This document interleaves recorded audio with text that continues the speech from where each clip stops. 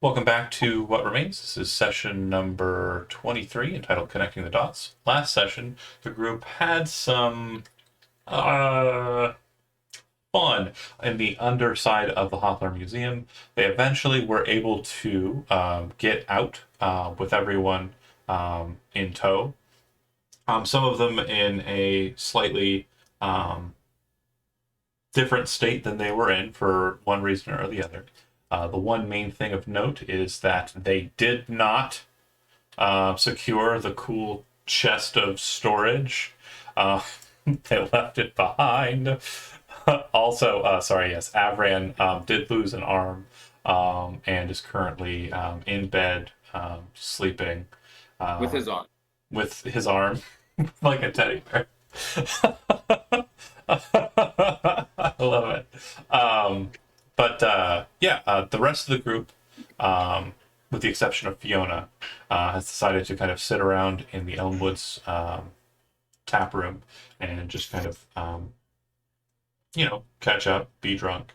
And Goradier's wife, Stella, was present.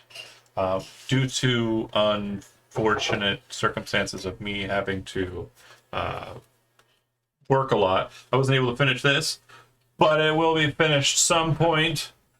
But yeah, she's being drawn as not as we speak. It's not even close. It'll get done. That said, Gloridier and Estella, after reconnecting, head back down into the tap room, and Alton, who went to go meet with the Mardigans, gained some information regarding the Mardigans' position regarding Estella. The two see each other across the room as they enter into the space. And as I mentioned at the end of last session, there is kind of a narrowing of eyes and kind of a gauging of they're kind of gauging each other for what their intent is. Seems like from this in this alone, Alton, you are aware that Estella is aware of the Mardigan's current order on her position. After a brief second, she walks over to you after you announce that you wish to talk to her alone. She kind of stops at the table, which you said last time. Sorry, I just wanted to cover that. Yeah. Then you say, lass, Estella, let's go talk alone. I give my rapier to Hezrod, as in good faith. What's his name? Okay, so Clarence. Alton hands Hezrod his weapon. Clarence. So yeah, Alton hands his weapon over to Hezrod, and Hezrod takes it, and then he just holds his other hand out to Estella. no thanks. But if we're doing the disarmament game, she pulls her gloves off, kind of folds them and hands them to Golridier. You then see her kind of pull a couple of daggers, probably about 3, out of her belt pouch. She then reaches down, pulls 3 darts out of her boot, reaches down into the other boot, pulls out a small flintlock over-under pistol. She reaches behind her back and pulls out a short sword. She pulls a bag of holding and hands that to Golridier, and then kind of gestures for him to put all the stuff inside of the bag. All right, I give up my dagger too. So if she did all that, I give up my dagger. She shrugs. Walks over to Anne. All I need is two things. Walks over to Anne, and you can see her whisper to her real quick, and then Anne kind of points at a door on the side of the room, which you didn't know what it was. People are in slightly different positions. One sec. Fixed. Anne kind of gestures towards that door. Estelle kind of nods and heads over that way. If Fiona were here, she would know that it's basically the break room for people who work here. Kind of a just a quiet area to go when things get kind of busy. Alton and Estella go into the I side also room. do hand over my calling stone so she knows I'm not talking with anyone on the side or having it open as a conversation piece. She seems to note all of these kind of gestures and kind of handle the gestures in a kind of almost uncaring way. Like you're setting the rules for the engagement and she doesn't care. So I'm like, okay, well, whatever, lady, thinking inside my head, but Yeah, It is. it seems like she's just going along with it, and she just kind of has like this very like whatever kind of look on her face. Um, Once the two of you enter into the room, do you want to be the one enters first, or do you want her to enter first? Her to enter first. She seems to stop at the door and wait for you to enter first. Did we both enter at the same time? There's a moment where you both kind of move past the door, and the two of you both reach to grab the door and close it, and then slowly, like both of you, like hands on the door, push it closed. She then gestures to one of the seats and moves towards the one opposite in the room and sits. Very just cool. She kind of like crosses her legs, and she's a quite leggy individual. She does appear to kind of have a very much dancer's kind of build. She's very just graceful in her motions, and you kind of have an understanding of like the notoriety of the Assassins of Myr. They're not to be fucked with. Like, she is definitely still probably very capable of killing you without all those weapons. And she says, "So you've been traveling with Gloridier, a quaint. Yes. Well, your family is mad at me, but I'm sure Why? once you are aware of why, and you are then aware of my position, you'll understand that they are mad for a reason that is false." So what happened at that little tavern where the underlings got murdered? Well, Were you provoked in any sort of way? I was assigned a hit on an individual who was a member of House Montoulay. The individual in question, more commonly known in pleasant society as Demetriarch, the master and conservator of the Poplar Museum, is actually in the practice of trafficking materials into the city to help with demon assets that have been brought into the underkeeps of the city by a cult I'm absolutely certain you're aware of. Oh yeah. Yes. We don't like these people one bit. Apparently, a number of these drug trafficking cells are out and about in the world, as far out as Richter's mine, from what I know, and as far north as Howlerton. It would seem that people are basically giving their lives away to keep these creatures that have been brought into the city of Nock. The little creatures, the little fetus looking things that we've destroyed in this little orb pearl thing. This is the first time you've actually seen her show any emotion besides just pure arrogance and unconcern with you. And she goes, I'm sorry, what? The creatures from the pearl No, that we I found. was talking about demons. They've Oh. they've got demons in the Underkeep. What the are you talking about? Oh, we found some pearls and from the Lady of the Deep. And they have like weird, it looked like a fetus. You'd have to ask your wife or your husband about that. So Yeah, I don't know. I'm an idiot kind of. So let's just go with that. Well, though you might be an idiot, you are one of the more reputable and known Idiots. I was going to say hitman for the Mardigan family. So I would assume that with that notoriety in place, you would have some skill. And if Gloridier finds you worth keeping around, you at least have to have a good sense of humor. Or That is true. a very capable ability to imbibe drink. You did outdrink the fish. I did outdrink a fish, so which is pretty bad to say because Well, you see him out there right now. To be fair, saying it that Be way, fair. saying it that way makes it sound probably a bit more awesome than it actually was. So So back to the question at hand. What happened?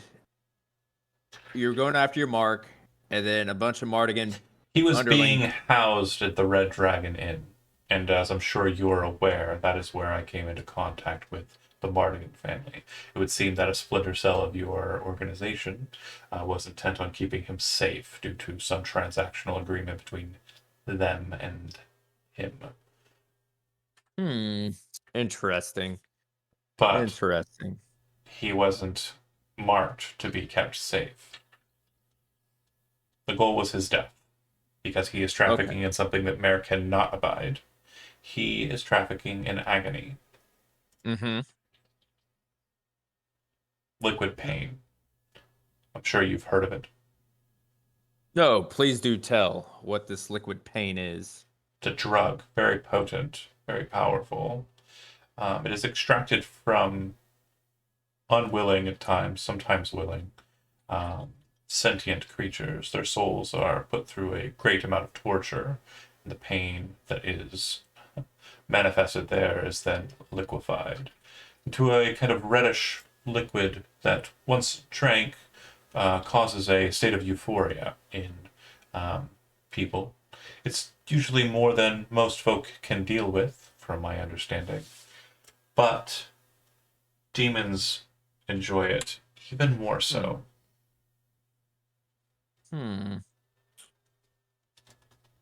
Interesting. So, as you are aware, the Mardigan has a hit out on you. I am aware. But I would understand it if you were made aware that you are being made to conflict with Myrrh based solely on one person's reputation, and that one person happens to be an illicit drug trader and a sympathizer with death cults. If you were able to put that information to the family, they might retract their statement regarding my, well, let's just say well-being. So, I think we need to bring the rest of the group in so we can. You're the one who wanted to talk alone, Diggler. I know, but now it is what I could do for you. Let's say this.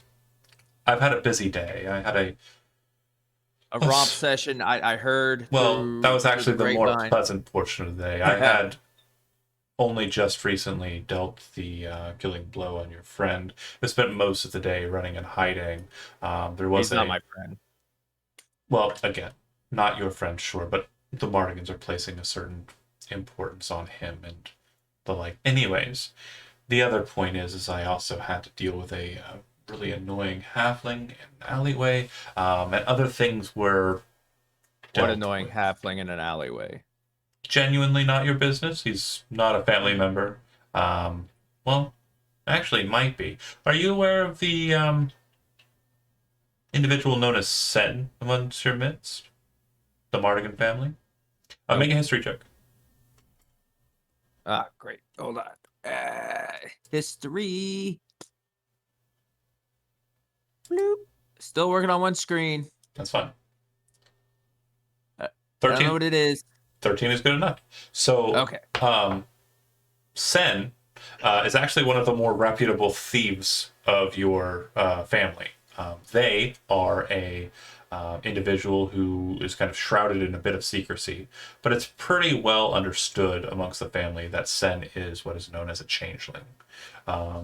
They are able to kind of get into places that they shouldn't be, and they travel around with a entourage of non-family members, not unlike yourself right now. And they were most notably famous for bringing an insane amount of wealth from the Westerlands into the city, and then leading the group that dealt with the acquisition of the Kraken corpse to the south, which was a huge get for the family. And they were also responsible for killing the Red Daggers, which was a kind of small gang that was not exactly a rival to the family, because the family's kind of big, but they were definitely causing some problems for the family in Nock. And Sen was the one that was responsible for basically putting them to task. And actually, from what you understand, killing every last one of them. So Sen's pretty rad. Cool. So what'd you do with Sin, with the halfling? We just had a I know you're saying- conversation, but I do understand that he travels around with Sen. So if you ever get a chance to have contact with them, that would be something you could, talk about. But we'll talk about that more. That's really not terribly important. I'm pretty sure he's going to keep his fucking trap shut. So that's always good. So the one thing I would recommend to you is to get out of the city. It's just a recommendation. It's not important. Again, or keep in hiding. Alton, I want you to understand something. I said it on purpose. I wanted you to understand the point of what I said. You are one of the most capable hitters of the Mardigan family. Mm-hmm. She kind of like throws her legs, like not suddenly, just kind of very gracefully forward and kind of pulls herself to like come over her knees and kind of look down at you. Do you really think you have a fucking chance doing anything to me? I don't really give a shit. No, I'm asking you. Do you think you could touch me? I got a whole bunch of other people that I'm could. asking you a question. I just want you I am giving you an answer. I want you to answer honestly. Do you think that you I'm giving you an answer. could kill me? If I can't, there are tons of other people that could. Anyways, You're go the best. Do you not understand what I'm telling you? She kind of leans back. I don't need to hide. You're the best that they have to offer. And I'm genuinely not trying to seem arrogant here. But I'm pretty sure I could hide away from you for eternity. That's fine. I will probably rest That's the here best answer. with That's the Golradir. best answer. And in the morning, we will have a conversation with your friends. I don't think that your drunken fish friend is in any state to have a meaningful conversation. And it would seem that other members of your retinue here are not present. Let's go have a drink. Of course. Celebrate your re-arrival. I want to make sure you understand too. Don't misapprehend me. I do not mean to threaten you. I'm just simply wanting you to understand. I'm not afraid of the family. They are afraid of me. I just don't want anything to happen between you and your loving husband. That is it. I promise you, nothing will happen to him. she kind of like stops for a second, kind of like looks to the side, then kind of glares at you, like she's just like ripping you apart with her eyes, and you're like, oh shit. And then she says, no, I'm just like, whatever. She says, it should be fine. I don't mean it as a threat to you. I just want you to understand as an assessment. Yeah. I'm not afraid. Okay, as long as you're not afraid, I just kind of want you to know, hey, I'm trying to help you out and everything with the family. So let's go. We're on the tail with Dimitriarch anyways. So. I'm sorry. You're on the. Yeah, he did some pretty terrible shit that we saw. So I misapprehend you. It's some sort of term that I'm not familiar with translated into common. Okay. She shrugs. Kind of you said on the till. In her mind, she thought that meant. Yeah. Anyways, the two of you exit out. Together. We go like this. Together. Side by side. I mean, she's slender enough and you're small enough that you could fit through a door together. I just imagine Alton just staring up at her like. And she's kind of giving you a look. The two of you head back out to the bar. She sits at a bar stool, asks Anne for a drink. Kind of looks over at Golradir with kind of just a smile and like a everything's okay kind of look in her eyes. So she takes the wine. What did you order, Alton? I'm just drinking the bucket of wine. Okay. Oh yeah, that's right. So We she'll got a big Yeah, there's barrel of wine. she'll actually go to the table and she'll acquire some bucket of wine. We And gotta steal it from the fish. he, Fair. She takes the glass and kind of raises it up to you and says, Hold on. Oh, yes. to mutual understandings. And she kind of leans in and kind of clicks the glass and then drinks heavily. Looks to Hezrod. Who's still eating like 4 people's worth of food? Oh, no. That's dude. still there. Already would have done. And then Malika, you're also present, right? Or did you already go to bed? I think she went to bed. Zizo is AFK. Oh, sorry, never mind. I'm pretty sure that they went to bed. That's right. Yeah, Malika did go to sleep. Yeah. And so did Joe. She was like, or I'm not. Avram. Yeah. I grabbed Clarence and my dagger and I shove it down my cloak. Put my dagger away. Fair enough. After, drinking and kind of taking of scraps that are kind of left over from Hezrod's devouring process, a lot of you kind of don't really have much more to say, right? Unless you had anything, Hezrod? No. No, Hezrod's gonna finish eating and drinking and go to bed. You all kind of part company. And Estella is kind of Goridir. You know, elves don't really concern themselves with slights that would be considered like, oh, I can't believe you didn't talk to me the whole time. But she doesn't really kind of give Goridir much attention during the drinking and the food process. As the two of you are kind of heading up to your room, she stops at the door, kind of looks at you and says,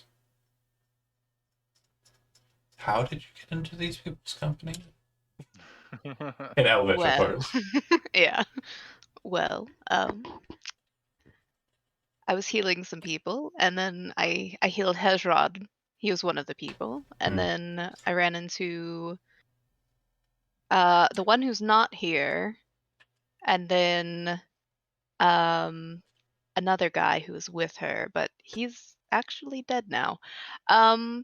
And then met Malika, the midwife, who disappeared upstairs. And Alton, what did we do? We were I was being fighting thrown the. into a whirlpool or some shit like that. I was being Oh carried yeah, and then I he was stabbed some dude in the pretending to head. be a child. To kill some death cultists. Yes, it's a long story, it would seem. That's fine. She opens the door, and you've seen her do this 100 times. She kind of scans the room very thoroughly, and then kind of slowly steps in, and then kind of moves a bit more normally, as if she, is always expecting something. And as you two kind of saunter back into the bedroom, she, says, it's fortuitous that you became friends with the halfling. Alton seems a competent individual. Hired killers without a sense of humanity or a sense of mortality are always troublesome. Well, I am not troublesome. You're not there. Get out of my bedroom. I'm listening. I have a glass up to the door. There's a halfling under the bed. What the fuck? This pillow's a halfling. It's not a mimic. It's a halfling. I didn't Witch. order. I didn't know we had a Witch. body pillow. It's like on one side, and then it's like. Yeah. He's like, damn it, this halfling's better Waifu. than I thought. Waifu. Oh my god. Alton waifu. Alton pillow. waifu. Anyways, the two of you eventually get to sleep. There isn't any more loud, sexy time. But they're not saying there isn't sexy time. It's just, Just not loud. there's just more pillow talk and kind of like catching up. Yeah. And, enjoying the moment. Trances happen. Everybody kind of sleeps through the night. Nothing crazy happens. So, is it a long rest Long rested up. now? Woohoo! And it's a safe Survived one. another day, folks. The fish is healed. Yay! If you spent hit dice, by the way, yesterday, you do not regain all of your hit dice. You only regain half rounded down. So keep that in mind too. I only spent 3. And in technical terms, if you leveled last time, you actually leveled now because you have to level after, or you only level after taking a long rest. So more technical. Let's nonsense. go fight some gnolls. That's not this game. That's, This game. you have to wait. You have to wait, Brian. Anyways, when you awake in the morning, Fiona, you, I assume, have already performed the ritual of bird in a pocket. You awaken and Bird in the hand. Yeah, she chose an owl more specifically. Okay. Woohoo. And she actually takes a moment to kind of like pet its feathers. Like a kind of like a small smile crosses her face. And for a second, like she actually isn't that upset about what happened yesterday. But as she dismisses it into the pocket dimension and she's getting ready to leave, she kind of goes over everything. She looks at the papers in her hand. And kind of like a renewed sense of vigor like enters her body as she heads out the door. She's like, I have a mission to do today. Just an unrelated, me being a nerd about my own campaign setting question. What kind of owl is it? Oh. Is it a barn owl? The special owl. Yes. An eagle owl. I've held one of those. They're huge. They're heavy. Make a history check. Okay. History. They're also very scary. Oh. You definitely know this story. So, in ages past, there was, and there still is, a house known as House Albacorus that rules in the nation or empire of Parnak, far to the south. Their symbol is a barn owl. The reason why their symbol is a barn owl is because their leader was very obsessed with hiding his face away. Gideon Albacorus, the very first of the family. And the reason why he was so ashamed of his face was because it had been disfigured in an unfortunate magic accident.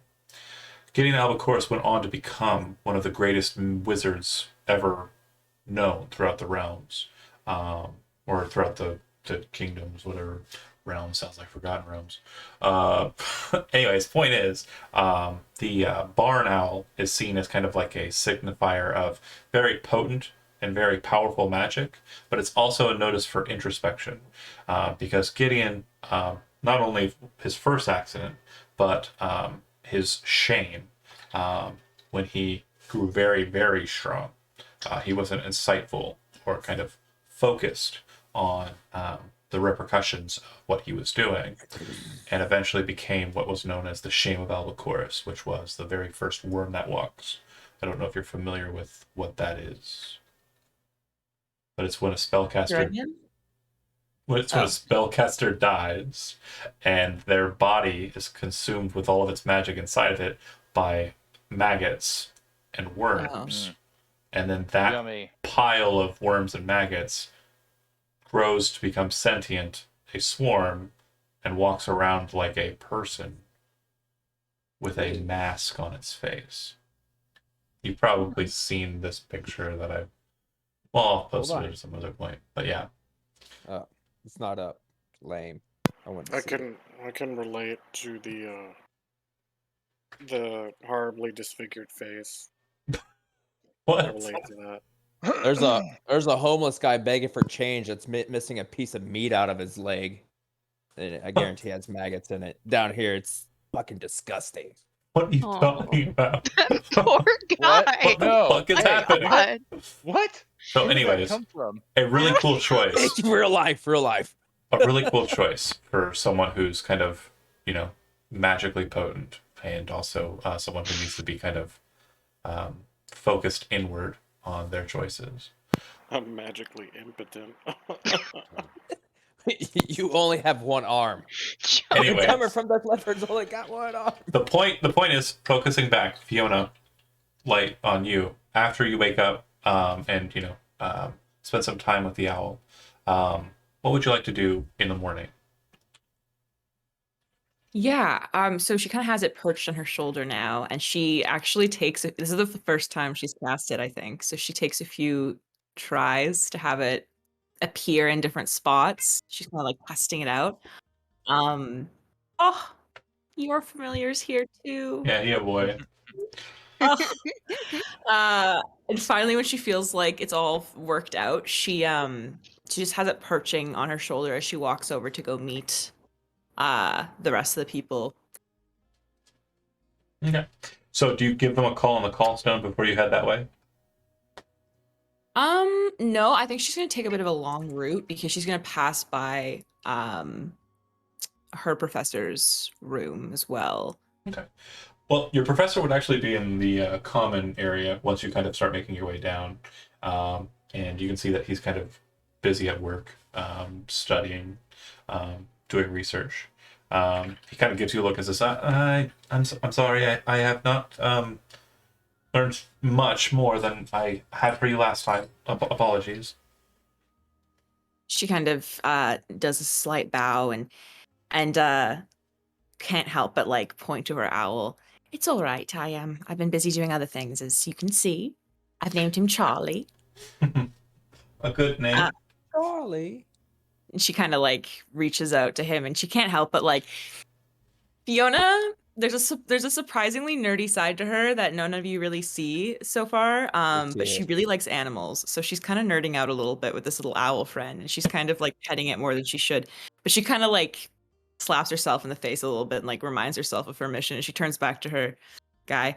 Right. Thank you for researching that, but I actually have another name I was wondering about. Dimitriarch, if you're familiar. Dimitriarch of the Poplar Museum. Yes. It's more of a title than a name, but yes, I'm familiar with him. I was just wondering if you were He familiar died with him. yesterday. What? Pardon? Yeah, apparently some sort of gang violence with the Red Dragon Inn, and he was murdered. Oh. Okay. I heard about it over dinner. Oh. Well, I would love to pick your ear more about that, but I was actually wondering if you knew anything about their research, because I heard that there were some sightings of bones, and I was curious if that was some type of new paleontology project. Bones? Like inside of the museum? Yes. I wouldn't know. I don't typically wander around there. I typically keep my research to the library. Not really much a fan of handling objects. He kind of then looks to the side, kind of just blankly, and then kind of turns to you, kind of snapping out of whatever he was thinking about, and says, you wouldn't be able to pick my ear too much more on it. All I know is that he died yesterday in some sort of gang violence. The Red Dragon. Apparently Mardigans and idealists fighting. Oh, they're back. I see. All right. I was curious if you had any contacts at the museum, if you knew anyone else who worked there who wasn't dead. I might know someone. Yes, he kind of pulls out a slip of paper and quickly jots down a name. When you kind of take it, kind of look at it, it says Jared Proctor. And Jared with a G. With a G. Gerad. Proctor.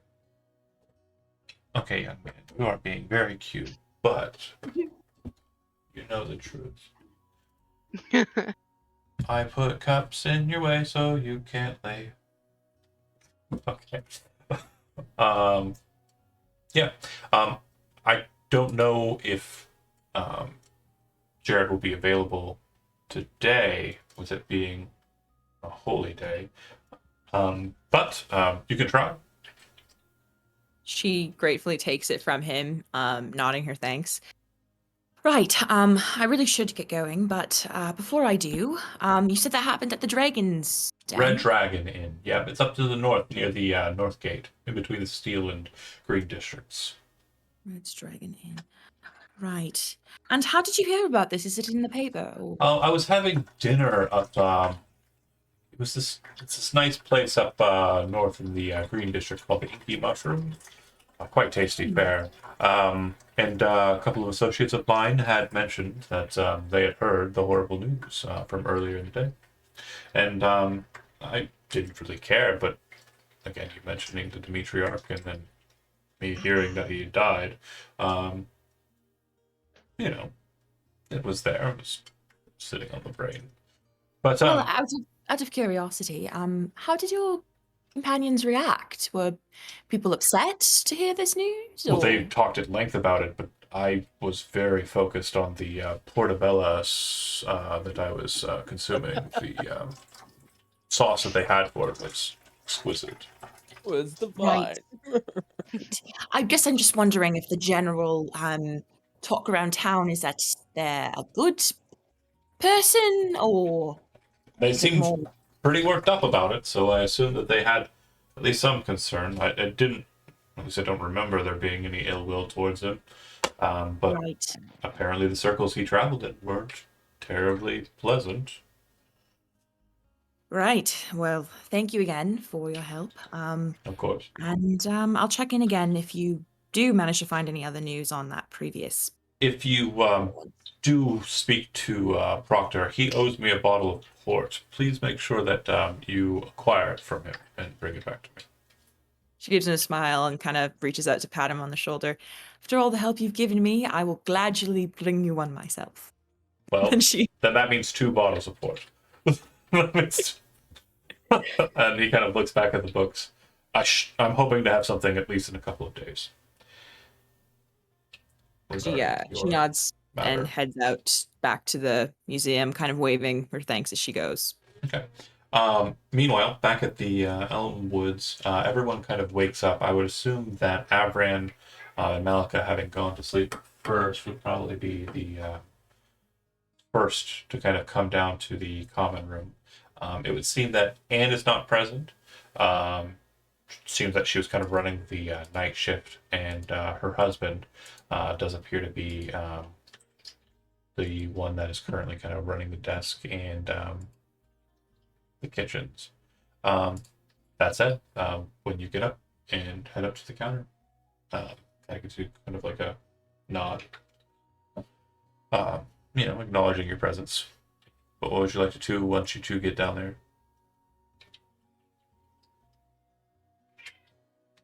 Hold on a second. I think I know exactly. Wow. I think I can also hear their cat fountain. Yeah. Get in there. Get in there. Chad, did you get my question on Discord? What question is that? You should ask Estella about the assassin that tried to kill you since I wasn't there. Mm. Oh, I didn't get a good look at him. Sometimes Which my is one of the wife will frustrating things. close the door when I'm running D&D on the bedroom side, and he was really not having it. The door's closed. What's in it? She was very focused on playing The Sims, so Oh, she too was love that. not having it. By the way, I think we can hear the cat fountain. Yeah, you sure can. Hold on. Yeah. Keep talking amongst yourself. I thought he was pouring a long drink there. Wait, who's Yeah, that's what that was. Okay. Right. who's That was waking me. up right now at the? Are we waking up at the? I think it was Malika and Avram. Oh, okay, Avran's. Hezrod is asleep Okay. on Avran's floor. Aw. I feel like it's Fiona's That's walking. another fun Sleepover. thing. So he's taken I'll make- to putting his I'll head sleep with the fish man. under the fountain, and it splashes on his head, and then it causes the water levels to like be fluctuated, and it takes like 20 minutes for it to get back on track. So just Oh, silly kitty. he's a doofus. I love him to death.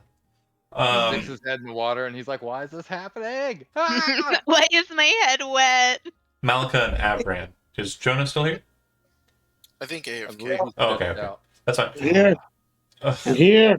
Hello. the two of you would be the first ones down at the or the tap room, or kind of like the eating room. But yeah, the gentleman of the house doesn't really give you much attention other than kind of like a nod, as if he's receptive of taking an order from you, but he's not like really going out of his way for pleasantries. As he should. More of an English Well, model of customer service than an American one. well, hello. Good morning. I'm wondering if I could get some breakfast, and Malika would hold out just like 3 gold pieces, kind of like, is this enough? Like, am I doing More, this right? more than enough. He kind of, if you set it down, kind of slides 2 back to you. Perfectly fine. Takes the 1. And what I've got on offer is you got 2 options. Bacon and eggs, or meal. Like a porridge. Yeah. I'll take the porridge, thank you. Goes in the back. Kind of hear him mustering about, and then he comes back out with a bowl. Very kind of gritty oatmeal. Like you can still see kind of oats and stuff inside of it. There's like a nice slab of butter kind of sitting in the middle. Yeah, I guess Malika would say thanks and start digging in, and she'd look around and be like, where is everybody? And kind of ask Dad to, where did everyone already eat breakfast? No one's come down yet. You're the first one. And then Avram would kind of step into the room about that time. Oh, hello, dear. You still carrying that hand around? If he's AFK, we can give him some space. Indeed. We'll say that he's just like standing there, staring. But He's I'm walking here. into the wall like a Trauma. normal NPC. Just I'm Um, literally right here. experiencing trauma. Your voice is coming God. in. Your voice is coming in really weird though, like you're really far away. Hold on. Take your time. Don't let us rush you with whatever you're doing. I want to point out I'm sleeping next to the fish man to make sure he's okay because he got bloodied up, and I Sure. want to protect my fish friend. Perfectly fair. Just admit it. You're snuggling. It's Well, I am fine. snuggling next Bros to the can fish. snuggle bros. Hezron and Alton, you two are a bit kind of you're going to be sleeping for a bit longer due to activities in the evening. Golradier and Estella genuinely do this all of the time. They were still drinking when they went to the bedroom. They Yeah. come downstairs, slightly, flush, but like other than that, like they had just, like absolutely prim and proper, completely like, We Clean. tranced it off. yeah, we tranced it off. But they walk They in. took a quick bath, did their hair, all that. You see Malika, and you'd see Avram. Looks like Malika is eating, and Avram is currently in static man mode. He's T-posing for some reason. Hear me. No, he has his arm. He has his arms like this. Well- Oh yeah, just I guess it's more of like a. What would it be? No, what letter is upside this? down L. I don't know. Anyways, but however you want to engage, Estella kind of just moseys over to a table and sits.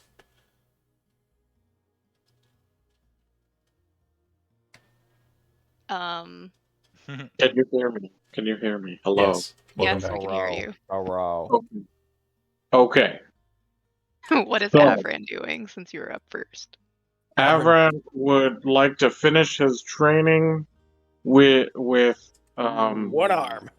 Ooh. Yeah. Well, no, it's absolutely possible. Ooh. That's not a problem.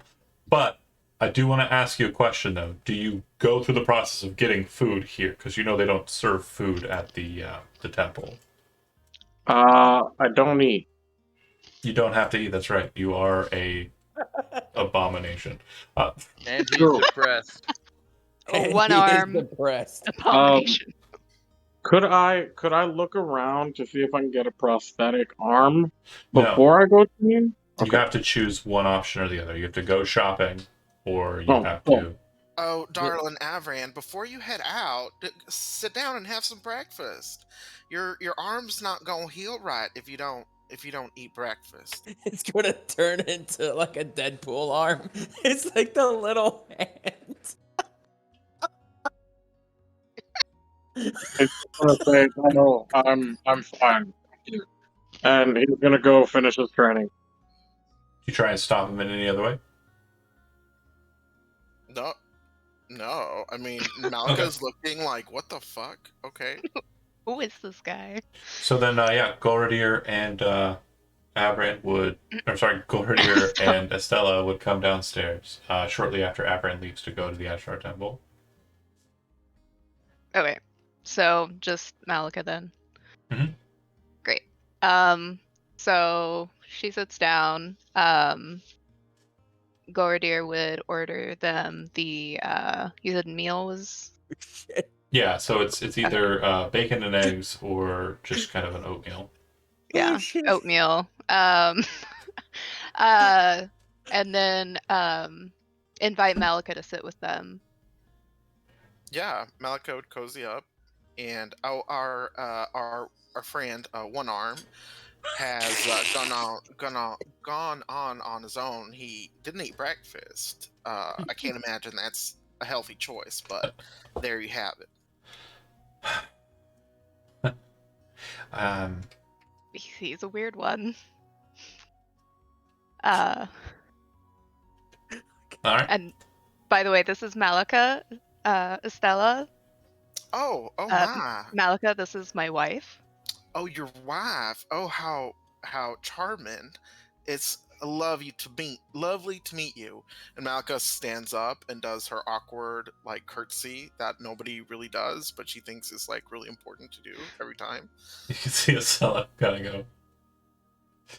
And then in Elvish, says a very quick like word that Golridir would know is asking if she's aware if Malika could speak the language or not.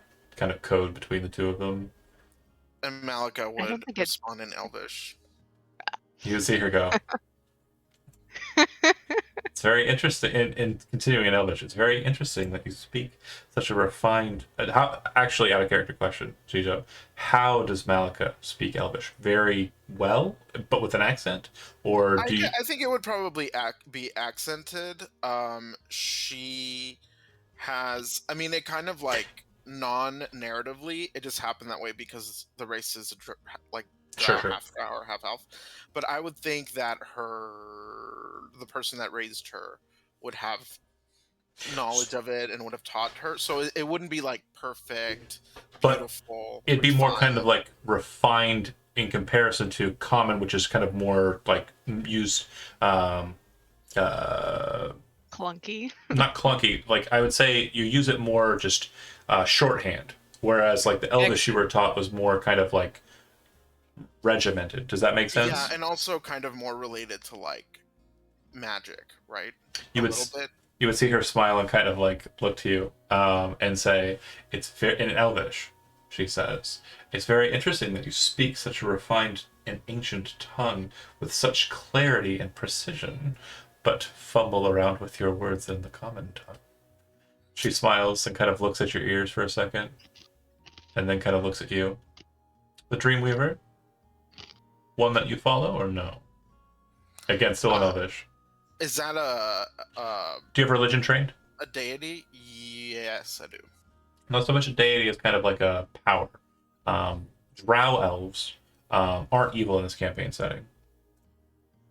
They follow an entity known as Makema, who was a Lachey, which is a very powerful fae creature. And she was very much of the mind that transiting into the Feywild after bringing yourself into the material plane was like basically you take one step forward and 2 steps back. She was not a fan of that. You still do trans to the Feywild, by the way, because you were taught by, probably regular elves or non-drow elves. Am I right in that regard? No. But kind of like taught by a human. No, Okay. like with that learning. So then it would be So- more elvish, less Sure. drow focused. Let's draw. But drow, when they trance, they don't trance into the Feywild. They trance into the dream world. So they can dream, whereas regular elves and Eladrin cannot dream. Basically, the idea for Bakema worshippers is they form enclaves just like elves do. Their enclaves don't move around, though. They find a place that is absolutely secure, and then a large number of their enclave enter what is known as the dreaming. And they basically just enter a trance that does not break. And instead of living in the material world, they create a society inside a world of their own making. It's like a bunch of people showing up for a LAN party to play Minecraft. It's genuinely how the drow operate. They have guardians who stay outside. They have guardians who stay outside and defend, which is why they're so competent with weaponry and magic. But yeah, that's how drow society kind of functions. And it would be something you'd be aware of, but it was more of you were told that than you lived that. With that religion check, too, you would know that Makema is seen as the 13th Zodiac. She is also sometimes regarded as the child of nature, and like the bright, astral sea, but she's also sometimes regarded as an evil aspect that was the child of nature and the god of slaughter, the power of slaughter, the god of the orcs, not an actual god, but yeah. Anyway, I'm afraid I was raised in a small town without many elvish folk about. I wouldn't say I'm aligned with any spiritual practice other than healing. Did you slip back into Elvish or Common, or are you still speaking in Elvish? I'd probably go back to Common. It's probably more comfortable. You see her kind of smile, and in Common saying, "Of course," almost dismissively. About that time, Hezron and Elton kind of struggle to get down the stairs. I don't struggle. I walk.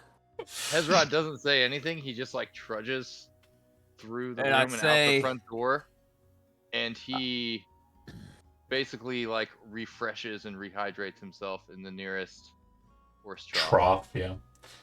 I He say, just like throws his head in there, and then like he's like,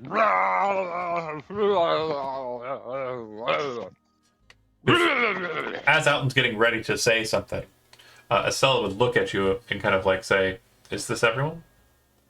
And you would see everyone No. but Avram. we're missing one. We're missing we're Avram missing- and Fiona. We're missing our drummer without one arm. Okay, we get it. He doesn't have a hand. Let's just lose it. It's not funny anymore. I'm sorry. Oh, it's funny. It's It's not. Why are you still laughing? I'm genuinely annoyed. Just lose it. So, I can't until he gets an arm. anyway, Fiona and Avram and Estella would kind of say, "Well, you're the one who wanted to muster this meeting, then, Diggler." Yes, let's go over what happened. Oh, no. Not everyone's here. You still have some people Oh, we're waiting on Josie. Who's Josie? Fiona. So, Fiona. Stella's That's what I asking said. you to get in contact with your friends and bring them here. So, how would Alton go about it? Also, Avram has left to go do Train. something. I'm not sure where he went. Oh, is he still doing that stance thing with the cool I'm not going to say justice fighter? Estella kind of looks at you and says, "Injustice Fighter?" Yeah, then- that guy. In near perfect celestial, she says, "Baffadil?" Yeah, that guy. Huh. I do need to learn that language. I don't know it. I just have some phrases that I've picked up. She then says like a couple of words in celestial that sound really like awesome and like really smooth and sweet. And then she says, "That says fuck you, asshole," and to comment on him. It's an insanely, You will have to remind me of that word. of course, I'll have to make it up. Anywho, how do you go about getting in contact with Fiona and Avram if you're wanting to bring them in on this meeting? Gordir would Use call the up Fiona stone. on the call stone. Okay. Yeah. And then is anyone else calling Avram up on the call stone? Hezrod will do it if nobody else does. Okay. Since this isn't very long after you left Avram, come back! you've descended down. Remember, Elm Woods is kind of up in like a higher kind of property, and you kind of descend down into like the common area, and you've made your way over to. You have a couple of different options for travel. You can either take a canal boat, you could take a sky rail, or you could take a trolley system. Which of those would Avram kind of lean towards, or would he walk? Most likely he would walk, but Okay. can he answer the phone and Yes. train? Well, no, you're not there yet. You haven't even made it. Like, Oh, okay, gotcha. they gotcha. literally like showed up like shortly after you left. So you're probably only like a couple of blocks down the way because you had to descend and move. Okay. So Yeah, so like right there. yeah. So you could definitely pick up the phone and or the call stone. Callstone. It's the Callstone. phone. It's the phone. Callstone. Correct. You could talk to You Gordy, just be like, hello, who is also gone now. hello. What happened to this Hello? party? It's all gone. Is anyone there? Yes. Gordy, or the call stone wait. answered. Oh, yeah. Hello. Elizabeth, yeah, the call stone. You made a call towards Avram. No, I called Fiona. Fiona, I did the wrong thing. Who called No, Avram? Hezrod's calling me. Hezrod. Do that Hezrod's one. calling. Yeah. Yes. Hezron. Like you know how really Avram, old people Avram, use the come phone. I'm old. No, I mean really old. Not that's why I said really. I'm really old. No, You're not old. if you're about to make the joke that you hold the phone out and talk to it like you're Yeah. like speaking Yeah. into, that's Yeah. me. I do that. Okay, well, I You do get that it. too. it's like hello, Avram! hello. Avram! Who's there? Avram! It's God. Hedron! Come back! How the fuck do I use this thing? Takes Hello. another hand, starts hitting it. Sorry, I Hello? can't help it. I can't help it. Quit it. Hezrod runs outside and he's like standing in the middle of the street looking both directions going, Where are you? Are you here? Can you hear me? Can you hear I me now? can't hear you.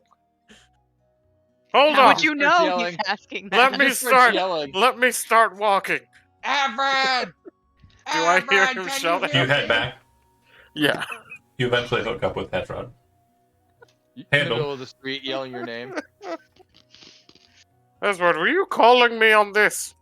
Go already here. And he just grabs him and drags him inside. You contact Fiona. Yes. Fiona. Yes. What is it?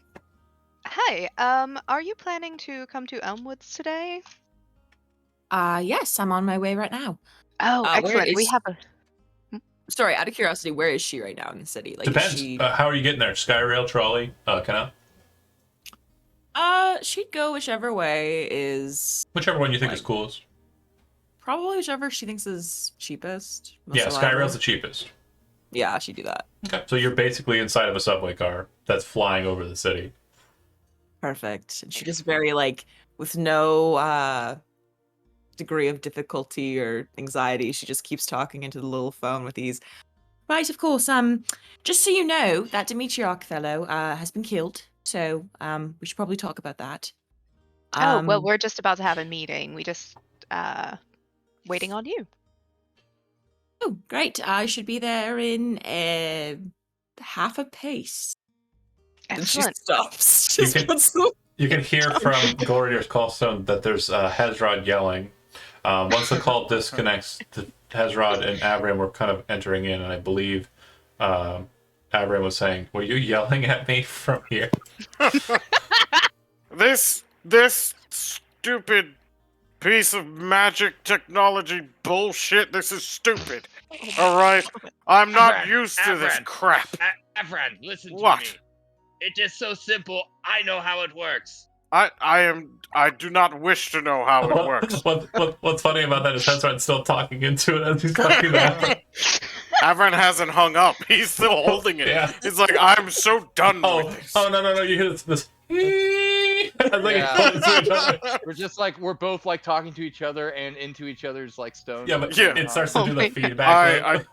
feedback. This is not what I'm used to. I'm used to carrier birds. This is stupid. Carrier birds. Smoke signals. That's what signals. Avram, this is way better. I don't like this. Avram, you need 2 hands to tie a knot. I don't have another hand. Yeah, I know. I didn't But say you it. can use this. It's You said, yeah. Gordier and Put it away. Acela are present, currently having breakfast. Acela went for, the meal as well. And he comes over to the table and just sets out a couple of trays out on the table.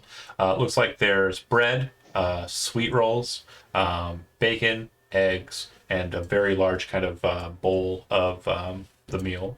I asked him for all his bacon and eggs. A number of butter. He says, "Yeah, that's what we've got available for you." And he heads on back and he says, "I'm sure you're good for it." And then heads on. Not long after he supplies the food, Fiona enters in.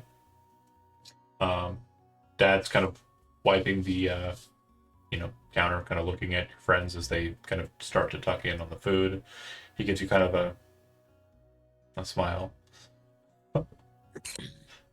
She gives him a nod, and she doesn't even pause. Like, she just walks straight up to the counter. Good morning. Eggs and bacon, please. Friends got plenty. He gestures, and you're more than welcome to have food with them. Unless you were wanting, he kind of like leans in. You're wanting the Applewood bacon. Wait, quick question. Yeah, Who the is it? Applewood bacon. It's your dad. This is Elliot, right? Okay, Yeah. perfect. She just kind of like scrunches her face at him. She's like, "See, this is why I moved out. I hope you know that." She just kind of like scrunches her nose and thinks for a moment, and then suddenly her owl appears on her shoulder, and she very excitingly is like, "Dad, do you see? Isn't he adorable? I call him Charlie." Kind of blinks for a couple seconds. Yeah, it's really, really quaint. I love dads. That's like the typical dad answer. He just pouts. He's like, "Can I get a little bit of meal for him, please?" He gestures over to the table. Yeah, I'll get you something. It's fine. You turn around and look at the table, and there's like literally just a bunch of food he's put out on the table. Do we all see the owl? Yeah. See, that is what I'm talking about. That is a carrier bird. Right there. Avram, Units how turns long ago around. did you die again? Many an age ago. I don't remember. Is he older than Golradir's father would probably be? Yeah. Okay, fine. Well, I he imagine did- that Golradir's father can even use a callstone. Yeah. Fiona kind of sees the situation, like she sees she heard that bit of screaming in the background, Yeah. and she very quickly pulls out her callstone and holds it up to Charlie and puts it in his little beak. And as she does this, she looks over at Avram and says, "You know, he has 2 intelligence, and he can use it." Oh shit! Oh fuck! Why must Everybody shows violence today, apparently. Why must you be so rude to me? You should. Why? Never mind. I'm not going to say it. Fiona squints at him in response, and she just stalks over and takes a seat. She takes out a little saucer and fills a little bit of, like, she reaches over and grabs some meal and gives some to Charlie, and then grabs some meal for herself. And she kind of she squints over at him. "You know, I wouldn't have to be so hostile if my words actually came through to you, but since they don't, I'm trying to use another approach." The last time your words entered my mind, it sounded like a cacophony of screaming. I don't like that in the day. What? Malika is sipping like her tea, like I bet she is. I go, anyways. Fiona starts eating calmly, and just as she's just cutting through her bacon, she just kind of looks at his stubby arm and just says casually, "You know, if you did listen to me, you would have Don't you both say your it. hands Don't- right now, don't but you- that's up to you. Oh, You know, God. Octavius, my you voice is sh- so grating that my warnings of Octavius, imminent please. danger just don't come through, and that's fine. But when you die, eventually, Gorvadir isn't going to help you. He's going to be too busy making out with his beautiful new wife. Hello. And she turns new over wife? to... New. We've been She married for a little while. looks at you, Guardian. New wife? How dare you? I mean, we can always get remarried anytime. Yeah. Gladly say those vows again. Fiona just kind of smiles at that. Sorry, I only meant that it's the first time meeting you. I'm Fiona. New to I you, take it of that course. you've met everyone else at this point. Yeah. Does everyone know Elliot's last name? Woods. Woods. Gotcha. Sorry, my bad. Mr. Woods, please, could I have your tallest cup of mead, please? We don't serve alcohol before noon. I will pay you. No, I understand how transactions work, but we don't serve alcohol before noon. Sorry. We had a Please. big bottle of wine. No, we drank that last night. Oh, we did? Sorry. Okay, even better. Yeah, Damn we finished it Avram, off. darling, this is why you have trouble with your hearing. You can't just live on Mead. ale and meat alone. You've got to eat a little porridge, eggs and bacon, or something. You see Elliot kind of look at you and he says, we especially don't serve alcohol to a holy swordsman on the day of Dan, which you would know is the sixth day of a sixth day, which effectively acts like the Sabbath for people who worship Atavius. I did not realize it was that day. I'm going to eat some eggs and porridge. Not really gonna like the eggs because they're too chewy, but I will drink the porridge. The eggs are I perfect. think it's ale. Is Are you Is he doubting talking Elliot's shit about cooking? what of the? No, he just Talking doesn't shit like. about Elliot's He just cooking. doesn't like chewy things. It's not very Eggs chewy. are He has Is soft Avram- teeth. They're actually I don't very think runny. he- soft. Yeah. Is Avram just like poking at his food? He has soft teeth. Do you have dentures? I don't know. He has wooden. I don't teeth, know like- anything anymore. I'm kidding. The world has changed. Anyways, don't we know what were it is anymore. going to Anywho's, discuss something. Yes. Yes, Alton, we were going to discuss something. Yes? Yes, we need to discuss the matriarch and how we need to kill Oh. him. He's dead. Yes. How did he die? Please do tell. I told you yesterday. Or I wasn't paying attention because I thought you were arrogant. But Fiona anyways, immediately turns towards her. Yet yesterday, so you were there at the dragon. I was the one who did him in. Oh, Good She's for very you. good at her job. right. Was I this like her. on whose business? The mayor enclave. He was trading in liquid pain, and because of that transgression, we saw fit to kill him. Apparently, he has been acting as a middleman for the transactions that have been moving into the city.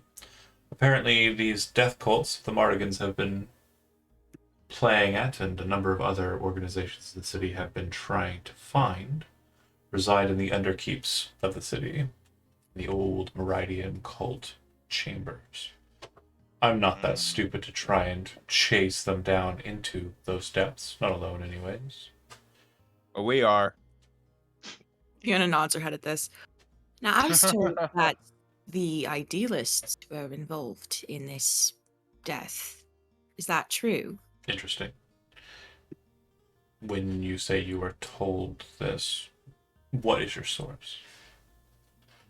Oh, just someone enjoying their meal at the same time that the business went down? I would love to talk to that person, but I suppose it's probably a trouble.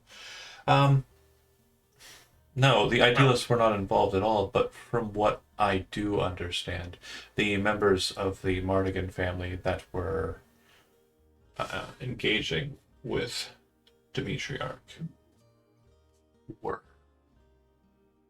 slightly affiliated with the idealists, a gang that is more notable in this district than in the Steel District.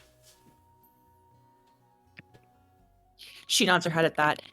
Yes, I unfortunately know them quite well, as this is my parents' pub, and I'm very aware of their dealings. You wouldn't happen to know anything about the Montalais, would you? One of the 10 houses.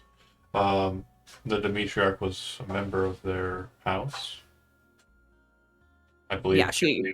several of their members take the last name Montalais for some reason or another. Very different than what is typical for the houses in the city.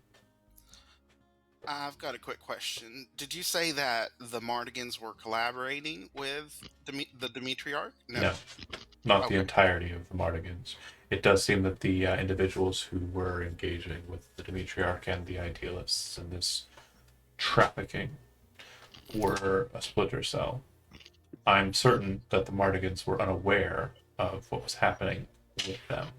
But as I had mentioned to your friend, who is quite familiar with the family, I am willing to supply evidence that proves the connection. Fiona actually looks very intrigued. And where would that evidence be? She pulls out a small glass vial, sets it onto the table, and kind of knocks it with her finger to roll over to Alton.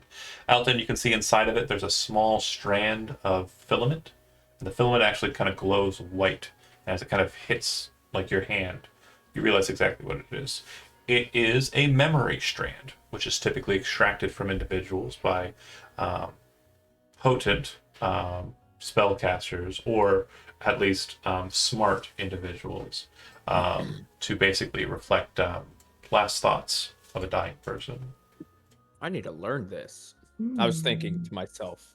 Oh, I'm great. I typically don't really do it myself, but on jobs like this, I typically have a scroll with me, supplied to me by my purveyors. Intriguing. I like this. Well, I would love to help you with this, as anything that would incriminate them is good news, in my opinion. Well, I know that your associate, Alvin, does have some pressing matters regarding engaging with the family and making sure that this evidence is brought to light for them, so that my life is no longer in danger. He was so brave and honorable, saying that he was going to defend me, make sure I got out of the city. It was quite chivalrous. Aw, that's so sweet. Fiona looks Thank over you, at Alton. Elton suspiciously and Or- kind of like sizes him up a little bit. Did he now? He's never once told me anything that was helpful or helpful. So that's interesting. Well, I will tell because you. you're always knocking me on my size. I will tell you, What? the only reason I am even here to speak with you as a group is because of the just mortality of Alton, the sheer acknowledgement of the importance of life. As a death dealer, it's something that I hold in high regard. If you are someone who is paid to kill, if you do so without thought for what you're doing, then, well, you're beneath me and absolutely abhorrent. I can assure you that Demetriarch deserved every single inch of blade that entered his chest. And Probably more. Well, unfortunately, I only concur. had the I 5. concur. I have a question, kind of out of character. Would Golderdeer have kind of told his wife about everything that went down underneath the museum? That's a good question. Uh, We had a lot of pillow talk, so yeah, probably so. yeah, if you caught, real quick, if you caught her up on everything that you were doing, she would have caught you up on everything that she was doing. She has been in the city looking for an individual she knows as a Shuna, who is a member of the Shunayuro Kengo, an assassin of some repute. She was then contacted by the Mer Enclave to deal with the trade of liquid pain agony inside of the city. And she very quickly was able to identify that the links for the city are an individual outside of the city in Richter's mine, Melissa Montoulet, and a contact inside of the city, the Demetriarch. She's dispatched the Demetriarch. Her plans do have her going out to deal with Melissa, but she isn't in a hurry. She knows that the trade is cut off at this point, and basically she's just allowing her to stew. And also the rumors that she's heard about Richter's mine being turned into an absolute fortification against some unknown horror in Siffer's Pass, kind of lead her to look at that area with caution and not be so ready to rush off towards it. Right, which is why she said what she did about Land's End. Right. So where's the pass at? The pass? Oh, let's move to the big out map. west. Yep. Yeah. I'll get you a good idea of what we're talking about. So, as far as the Meteorarch's concerned, Hezrod's only suggestion would be, shall we desecrate his remains? Oh, no need. She says. Very well. He shrugs and goes back to just like eating fistfuls of bacon. And looks at her curiously. So, if I am to believe this correctly, you have ties with a lot of. Do you appreciate the term assassin? I am an assassin. Yes. Okay, just I didn't want to offend. Right. So, if you know other assassins, I'm just wondering. Do you know anything about the Kengo? Yes, as I just mentioned, I came here originally looking for a member of the Kengo who's gone missing. Oh, sorry, she said that out loud to all of us, not just to her husband? She said that out loud to everybody. Oh, perfect. Sure, she does Okay. now. She says it now. Great. Can you tell us more about this Kengo? The Kengo are a group not too dissimilar from the Mardigan family, except they're... No, more about the individual. There's... Which individual? Do you mean Ashuna? The one that is missing. She is a blade-blooded, which means she has very potent skills that were acquired over a lifetime of training.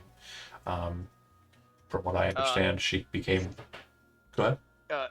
He stands up and he like pulls up his like armor and gear and he like points at the big fucking scar that where his guts were hanging out.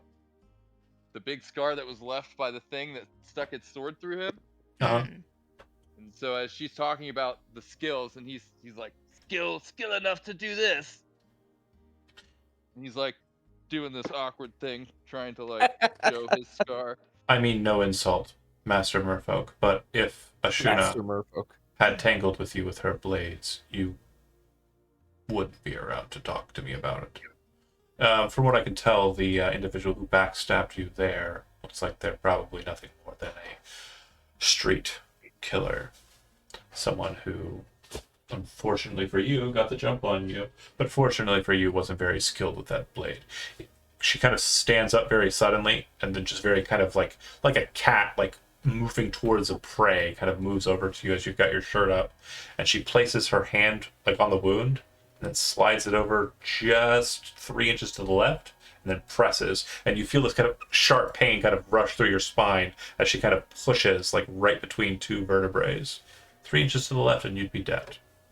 He just immediately, reflexively, like shoves her away. Yeah, you try to. Go away. Go ahead, make an attack roll if you want to, but if not, she dodges. Go away. Owie, that hurts. So it'd just be a strength check if you're trying to actually push her. Yeah, I'll just do that.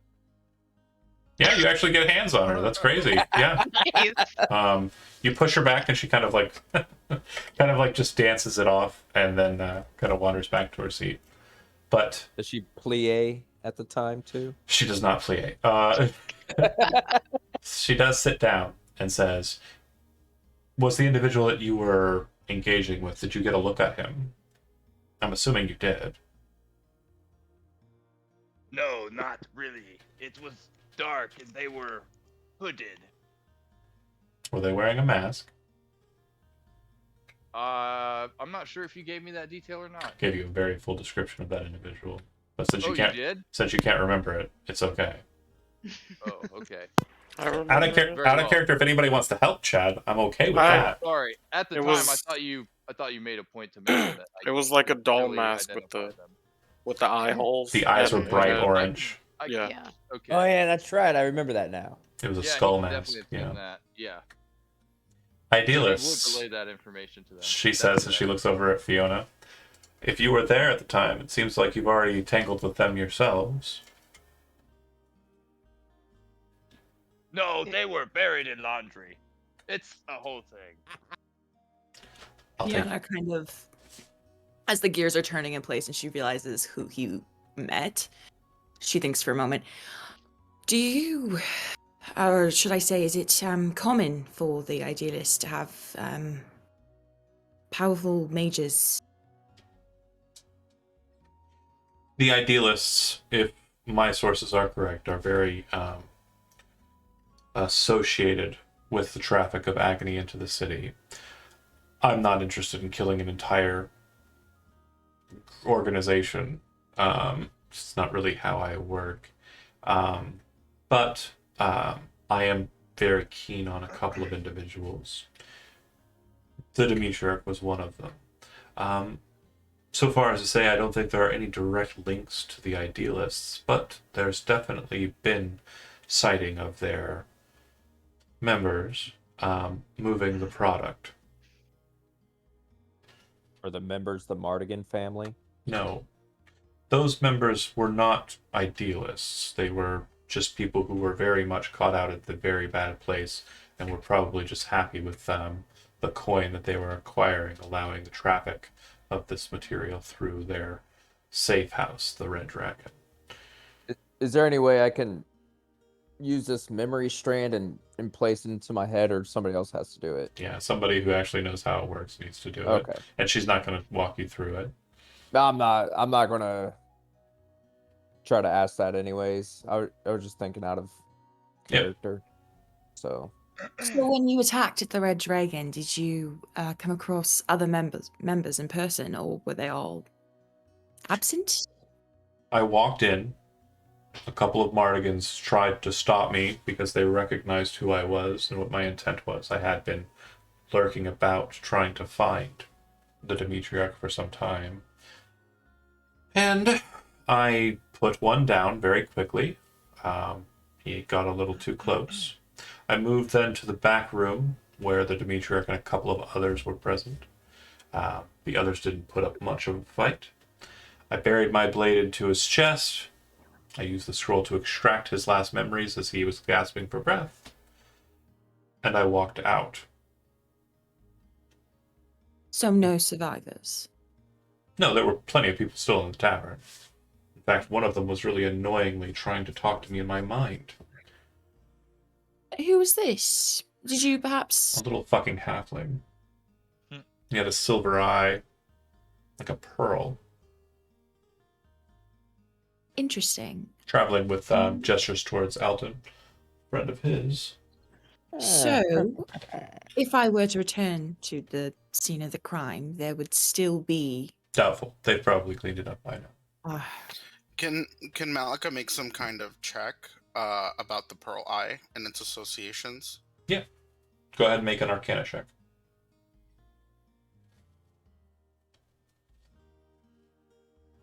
I don't have that trained somehow. Well, you're not a wizard. I'm not a wizard. Yeah, we already have a wizard. Yeah, she's not a wizard. She's oh god, midwife. Can I make it untrained? Yeah. It's. I mean, you definitely understand the importance of pearls, but you don't understand the importance of a pearl eye. Okay. She kind of shrugs and says, Alton, I believe you have a message to deliver. Looks like you've all eaten quite a bit. Hezrod, I believe you don't have much planned for the day, but I think I might have an activity that might interest you. Very well. And, Fiona, I think that I do have more questions for you, but I don't know if this is the environment to field them In her head, she hears, "We can talk whenever is convenient." No, you've already answered my question, she says out loud. She smiles and then looks over to Malika. And then in perfect Elvish, she says, I also have some questions for you. But you can answer in a similar way, or if you have another means, you can do that. Malika shrugs. Oh, I'm glad to answer any questions. Make an insight. job, Make an insight check real quick. Because you may not be. I know she's trying to figure out okay, what my shit make a is, deception check then. I love making deception checks. Hold on. 20. You do see her kind of give a puzzled look at you, like she's not sure how to read you, and she kind of goes, "Okay," in Elvish. Fair enough. She looks to Avram and says, "You were on your way to go and handle another matter, but I do want to ask a question. It does look like you were very well wounded, and so is Hezrod in whatever last affair you were engaged in." Oh, is it that obvious? Quite. That obvious. I'm supposing that you're looking for some form of replacement or something that would at least assist you for the time being. Is that right? Yes, that would help. Well, I was meaning to go shopping today anyways, so I'll go ahead and take the time to see if I can't find you a replacement. Of course, you'll have to pay for it if you have the coin. He puts down one of the thingies. One of the ones that he took. You set down the piece of kind of old Malbergian kind of artifice, this old relic. And as you're kind of looking at it, it's just like a weird kind of necklace. And she kind of puzzledly kind of looks at it as well. And in the center of this like arrangement of kind of ornate design, mostly made out of bronze and brass, you can see this very strange looking piece in the center. It's kind of like the neck piece, like the main neck piece. There are 5 holes. It almost, or 4 holes. It almost looks like places where you could slide your fingers in to kind of form like a knuckle out of the brass or bronze material. Very ornate looking knuckle duster, but the holes have been settled in with gemstones. And she kind of goes, interesting. This is a very old piece of history here. Are you sure you're willing to part with it? Now, do I notice that it looks like, you know it's not magical. That's already been confirmed. Yeah. No, but like, do I notice that it looks like something that you could put on your hands now that we're looking at it? If you broke it apart and like took that piece out and then popped out the gemstones, yeah, it looks like you could use it as a knuckle duster. Very strange. You know what? I will take that back. I'll slowly take it off the table, put it in a pouch, and grab then another one and toss it out. Yeah. Okay. She looks at it. It's not as interesting. There's nothing crazy notable. Is it like a statue? Like a statuette? No, Malbergian relics were not really. They didn't do a lot of carving. Gotcha. It's more fold forming or and kind of like soft metal work. Apparently, they were very obsessed with it for some reason. Like they had just gotten a hold of metal and started using it. Yeah, they seem to have made just kind of like a weird little headdress thing here. Gotcha. And she will kind of scoop that up and says, "This will probably pay for the item and more. I will return to you with some form of recompense." No. Purchase something for your husband and yourself. Most gracious. Almost Valentine's Day. How do you spell Malbergian? Is it Malburge? Malberga and Malbergian. Gotcha. Or GIA. Okay, thank you. She will kind of look to Golradir and another says, "Well, we should go shopping." And she gestures to the little swordsman. Enjoy whatever you were going on about for the day. Alton, I am going to be wandering out and about in the open, so please, with haste, make sure that you inform the family that I am not to be messed with. It'd be very unfortunate if I were to come to some form of danger, have to escape the city. Yeah. With I'm my finishing husband. Bacon and eggs. I'll get to it. Abducts Goldier. I don't think anything's going to happen to you. You'll be fine. Just put your cloak on and you'll be fine. She would get up and start to leave with Goldier, unless anybody stops her to ask any other questions or talk to her. Does anyone want me to pick anything else up? Or does anybody want to come along? Yeah. Does Avram know This would about, be About what? like her assassin stuff? It was very, very clearly just laid out on the table through a lot of the conversation. Fiona directly asked, "Do you Yeah, like to be sure. called an assassin?" And she's like, "Yeah, I'm True, an assassin." true. You're right. All right. I mean, Kill people. Avram will Kill try to people for a give living. her. He'll try to give her descriptions on his children, and see if she knows anything about them. I Is he trying to kill his Goldier. children? I don't mean to. I don't mean for this to sound rude, but Mm-hmm. She's I about do to notice say we a all look alike. I do notice a strangeness about you. It's a bit different than normal Osirians, but you're very finite people, and unfortunately, no, that the descriptions don't really ring any bells. She surprisingly does not stop you in the middle of your descriptions. She listens to each one in turn and gives you the the courtesy to hear it, because time's not an important matter to her. But she then heads off with Goldier into the shops. If anybody wants to join the two, you're welcome. I yell out to Goldier, make sure your wife uses her cloak. I don't want any trouble afoot while you guys are out shopping. She stops. Don't look at me that way. She stops and turns and looks back at Alton, and in perfect halfling says, "I swear I will not kill any more Mardigans. The ones I did kill deserved it." In perfect halfling. I say back. She's a Perhaps. smart lady. She's got a couple languages under her belt. So, if Alton's gonna go meet with his superiors to give them the news of Goldier's wife, Hezrod's going to go with him. Alton, are you okay with that? Yeah, I'm fine. Okay. Did you want Goldier to pick you up that potion? Yeah, that's what I was gonna say. Like, Okay. instead of just giving me the gold, you could just get it. Okay. So tell her exactly where to go and exactly what his favorite brand is and exactly where to find it. It's on Dolce and in the Gabbana. store on the shelf. He gives like very particular directions. Making Fiona- mental notes. Fiona, are you Would going to like come along? to meet the Mardigans? I know you want to. You want to ask him about that. Muted, sword. hold on. You're muted, Fiona. Josie, Josie, you're muted. Oh, muted. I see. Oh, I see. Okay. Well, I don't know how much you guys heard, but I was just gonna None I was of gonna it. go shopping with them, but then as soon as she hears Elton say Mardigan and that he's gonna go see them, her ears kind of perk up. Yes, I could accompany you. That would be fine. And she plays it off very cool.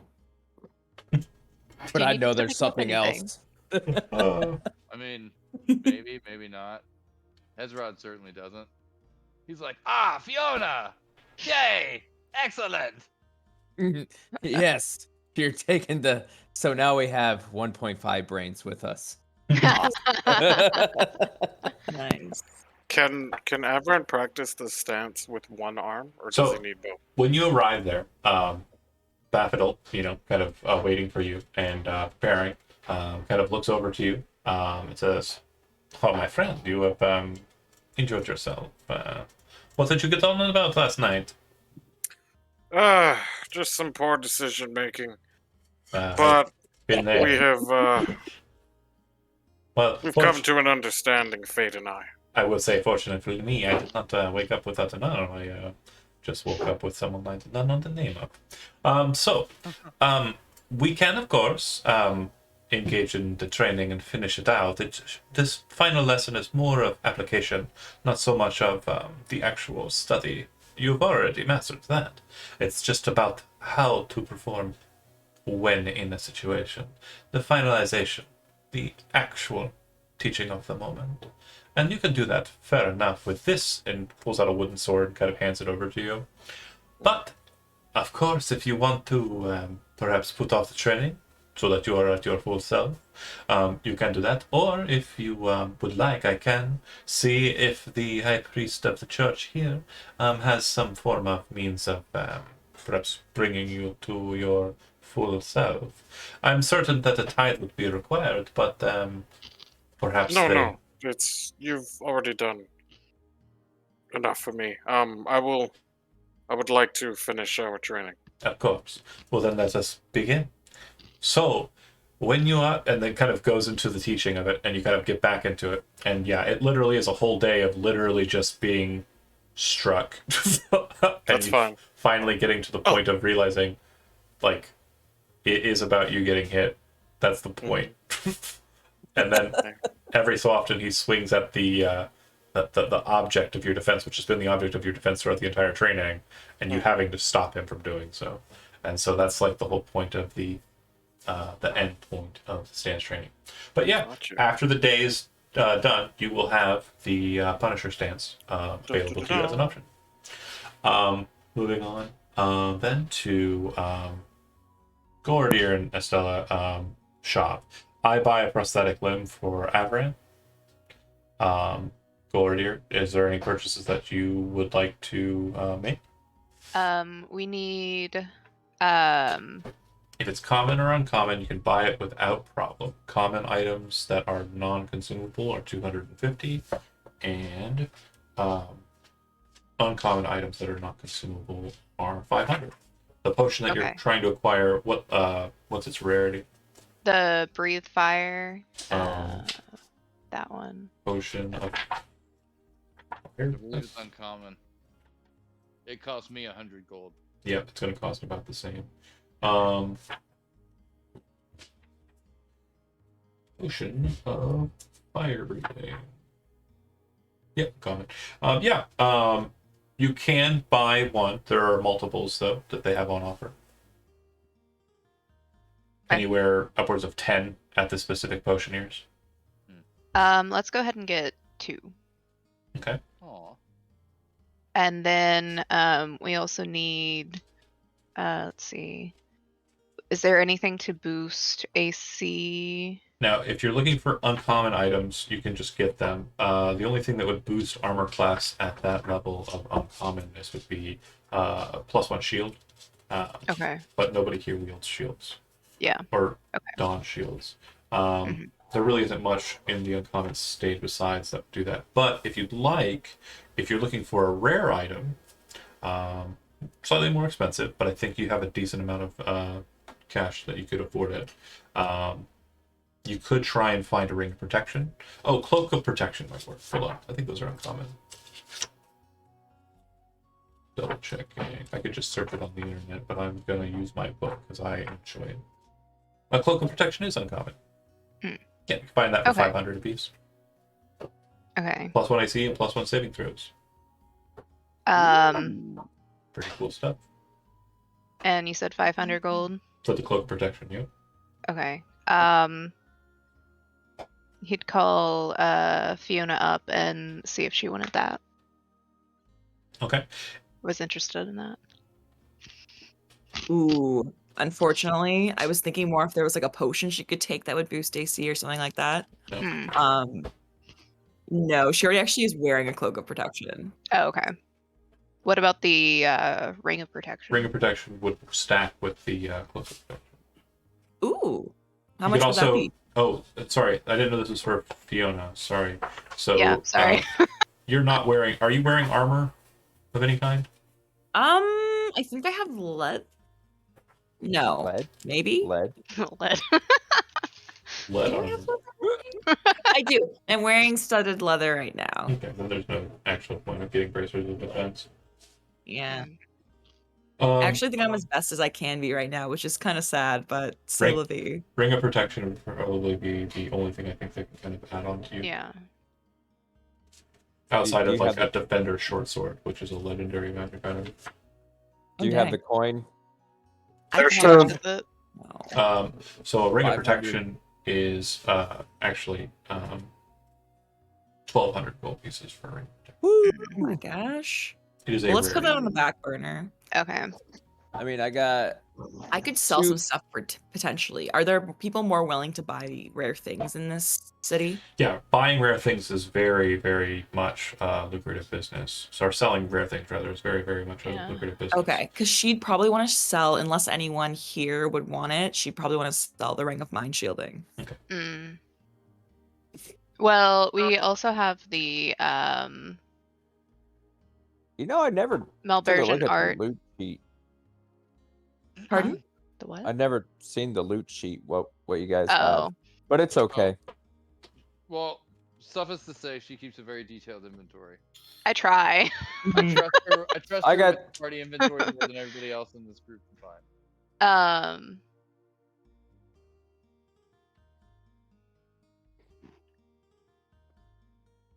So yeah, Fiona would tell you, like, never mind, that she would probably see if she could sell some stuff another day.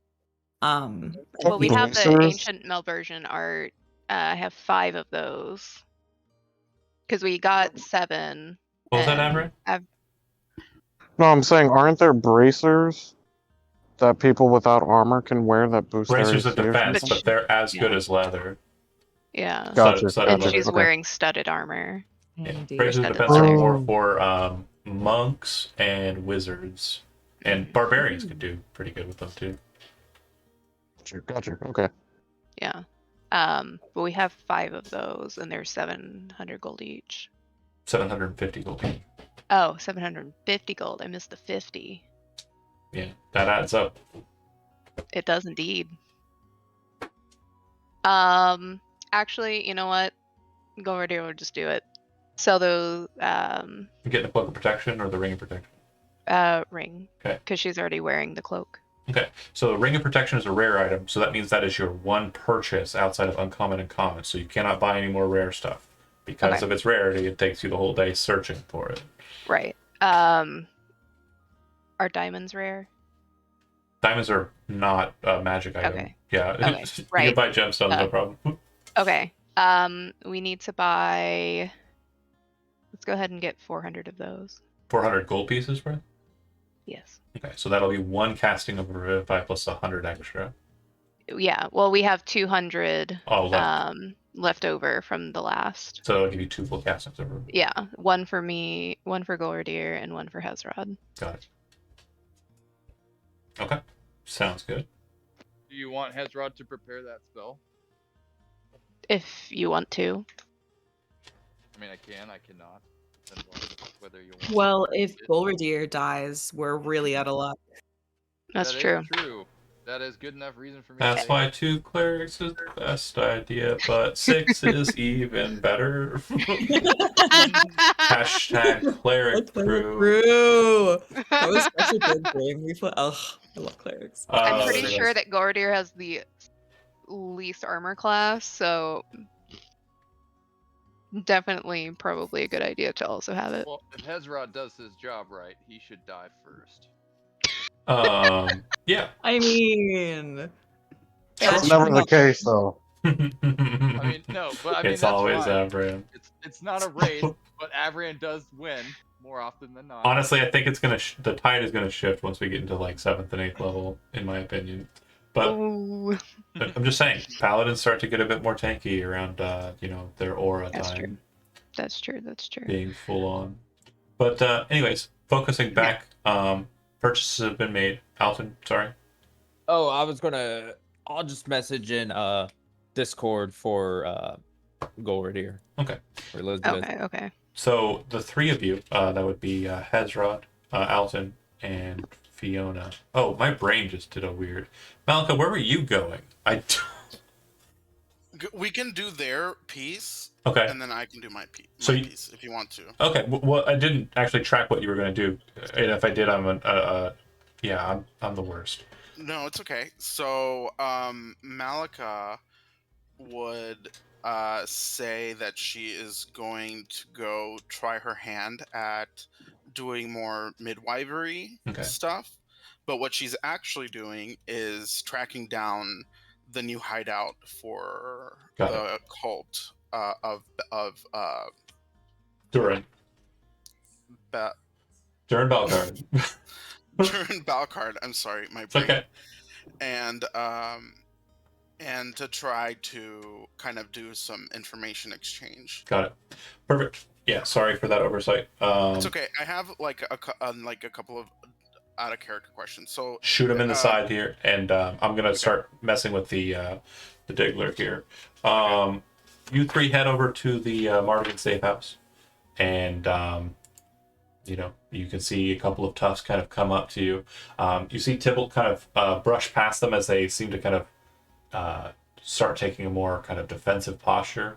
But Tybalt kind of brushes past them like it's okay, and he kind of walks over to you, Alton, and he says, top of the morning, beautiful sunrise I can see, which you would know is basically a cant inquiry. Passphrase, yeah. Yeah, he's not a passphrase. He's asking you a question in cant, and the question he's asking you is, what's this about?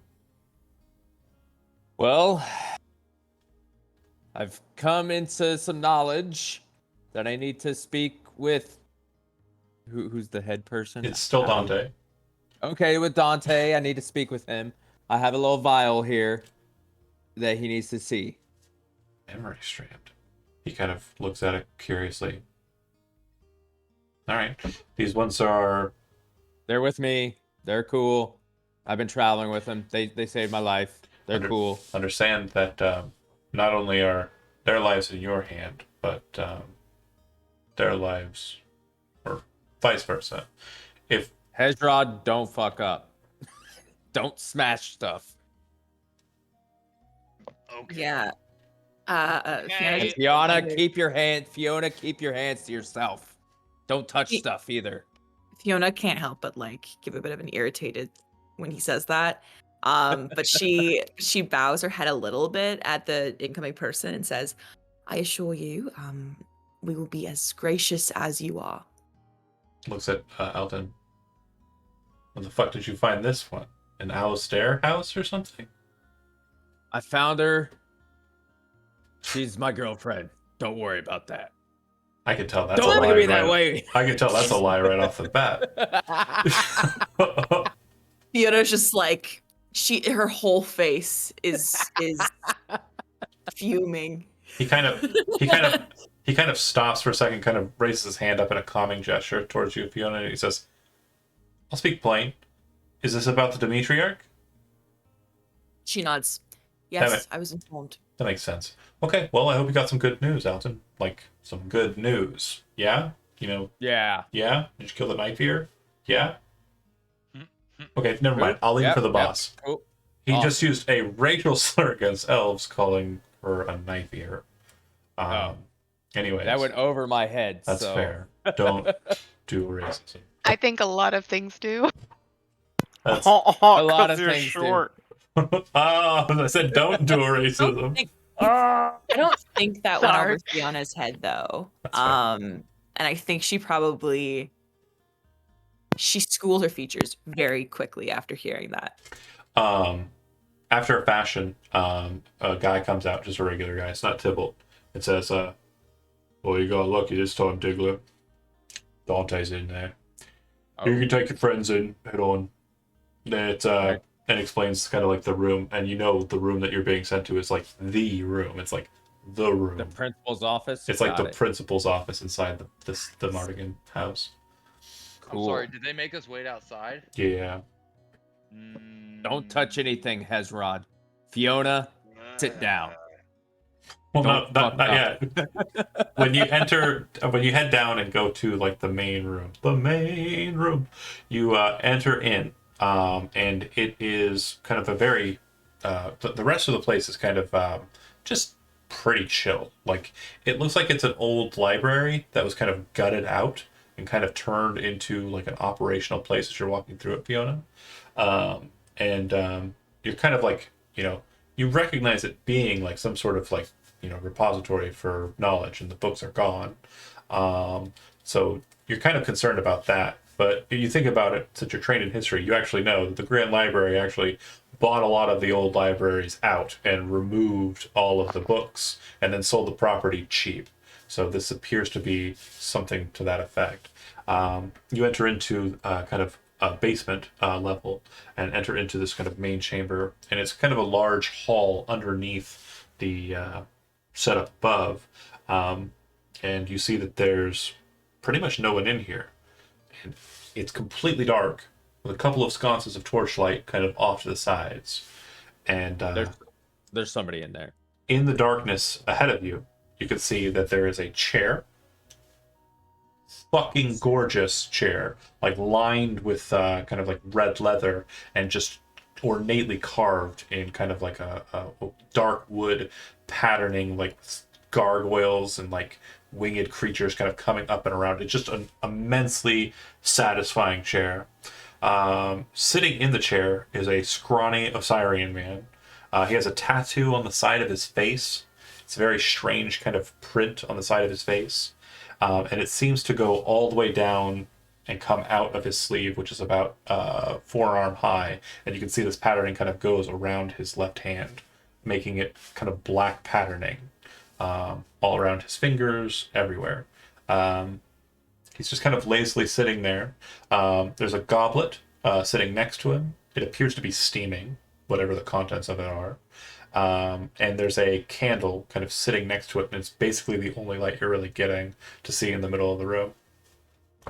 And Dante says, you can hear him loud enough, he says, "Interrupting me during my respite? That's got to be Alton."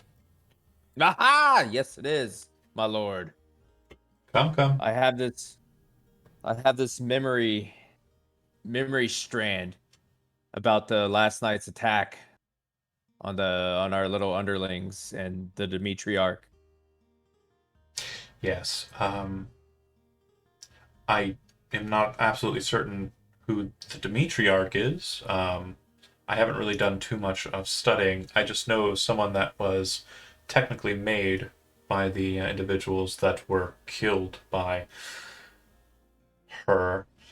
He gestures out with his hand, kind of allowing you to step forward to hand off the memory strand. I'll take Close are my we, by hand. the way, in this room? What's that?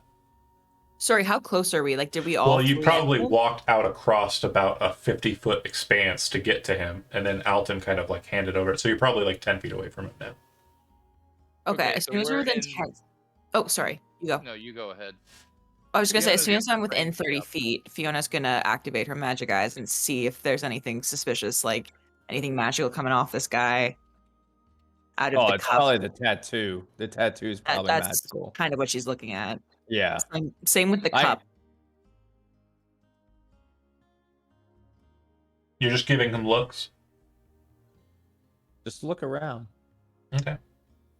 He takes the file, kind of pops the top, slowly pulls out the memory strand, and you see him kind of like straighten it out with his fingers and place it against his temple, kind of push.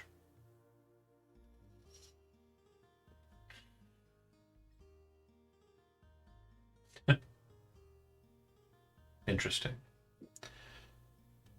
This is good information. I did not know the individuals of the Red Dragon were engaging in such practices. You know, one of our only rules is we don't deal in the trade of painful materials. Yes. That's why we had to destroy that entire cell in Sunfast. Idiots started selling blue mushrooms. Those blue mushrooms, no good for you. No, not at all. Ezrod's Especially not good for the corpses that they have to make them. Yes. So, my lordship. Oh, we don't do that. We Okay. never did that. I don't know what to say. So he's like the head. Dante. Dante. So, this should clear the Estella from her heinous crime for our bounty on her. So it would seem. He looks down at the goblet, kind of takes it, takes a sip of it, and kind of sets it back down. As it kind of moves, the liquid, it actually causes the smell of it, the aroma, to kind of hit the nostrils. Fiona, you're familiar with the drink. It's coffee. It's a very, very good brew of coffee that he appears to be drinking. Very, Nice. very good smelling coffee. Kind of has a hint of mushroom to it. Like he might have gotten it from the inky mushroom. But anyways. Little lion's mane. Uh-huh. If nothing magical is coming off this person, can Fiona try to like suss out if there's maybe some religious connotation going on? Are you casting a spell at me? Or do you always have Detect Magic up? I always have detect magic. Oh, At will. It's not something you have to activate, though. Oh, Yeah, so I guess I would be casting a spell at him. Yeah. Don't. Okay. Don't do anything stupid. If you want to Fiona. try, you can. No, there's no reason why you wouldn't. I mean, like, again, it's not something that you would understand as a problem. Yeah, no, I'm just Okay. thinking, I'm looking at the actual invocation. Yeah. Does it say without components? Or does it say without Yeah. material components? With no spell slot, so it's just like Okay. as many times as you want. No, that's It's fine. an at-will. Detect Magic still has Uh, components, so the components yeah, would be so they verbal and would somatic. hear it. No, So you're yeah, you'd right. basically be You're kind of like, doing a thing. And as you're kind of making those gestures, you see him kind of glare at you, like, for a second. And then you see him kind of reach down to his belt, pull out what appears to be a sword handle, and kind of move it. And as he does so, you hear this sound, and it kind of stops here, the sound. You look to your right, there's nothing there, but you can feel the presence of something there. And he's holding this handle, kind of just awkwardly at you. And he says, "Stop with the waggling fingers." He'll just kind of pause, like mid casting. She absolutely knows something like this is magic. So her suspicions were correct. And she'll just simply reply, "Of course." You then hear kind of this sharp metal sound, like something's being dragged towards him. And then you don't feel the presence of whatever was there that you couldn't see. And then he kind of Want that. places the hilt back on his belt. You can make a history check at that moment, actually. She wanted to see the sword, so this is great. I want that sword. The weapon he just pulled on you is what is known as the Phantom Sword. It is a relic of ancient times. The blade is actually manifested from the winds, the dark winds itself, and it's completely invisible. So it doesn't have a blade, but it really does. And the length of the blade seems to, from your knowledge, have varying accounts. So no one knows how long it is. It's at least 10 feet long. So sorry, it's called Phantom Sword, right? The Phantom Sword, correct? Could it be used as a great sword? No. That's really cool. So- I think she will, like, as soon as she feels it recede, I think she'll just smile at him, like a little bit cheekily, because she got what she wanted. He looks to Alton and says, "I assume that this individual is a member of the scholarly community?"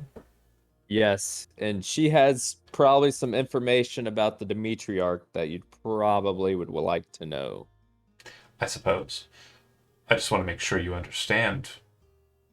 Kind of does a eye roll for a second, thinks, "Milady, exactly what you're getting yourself into here."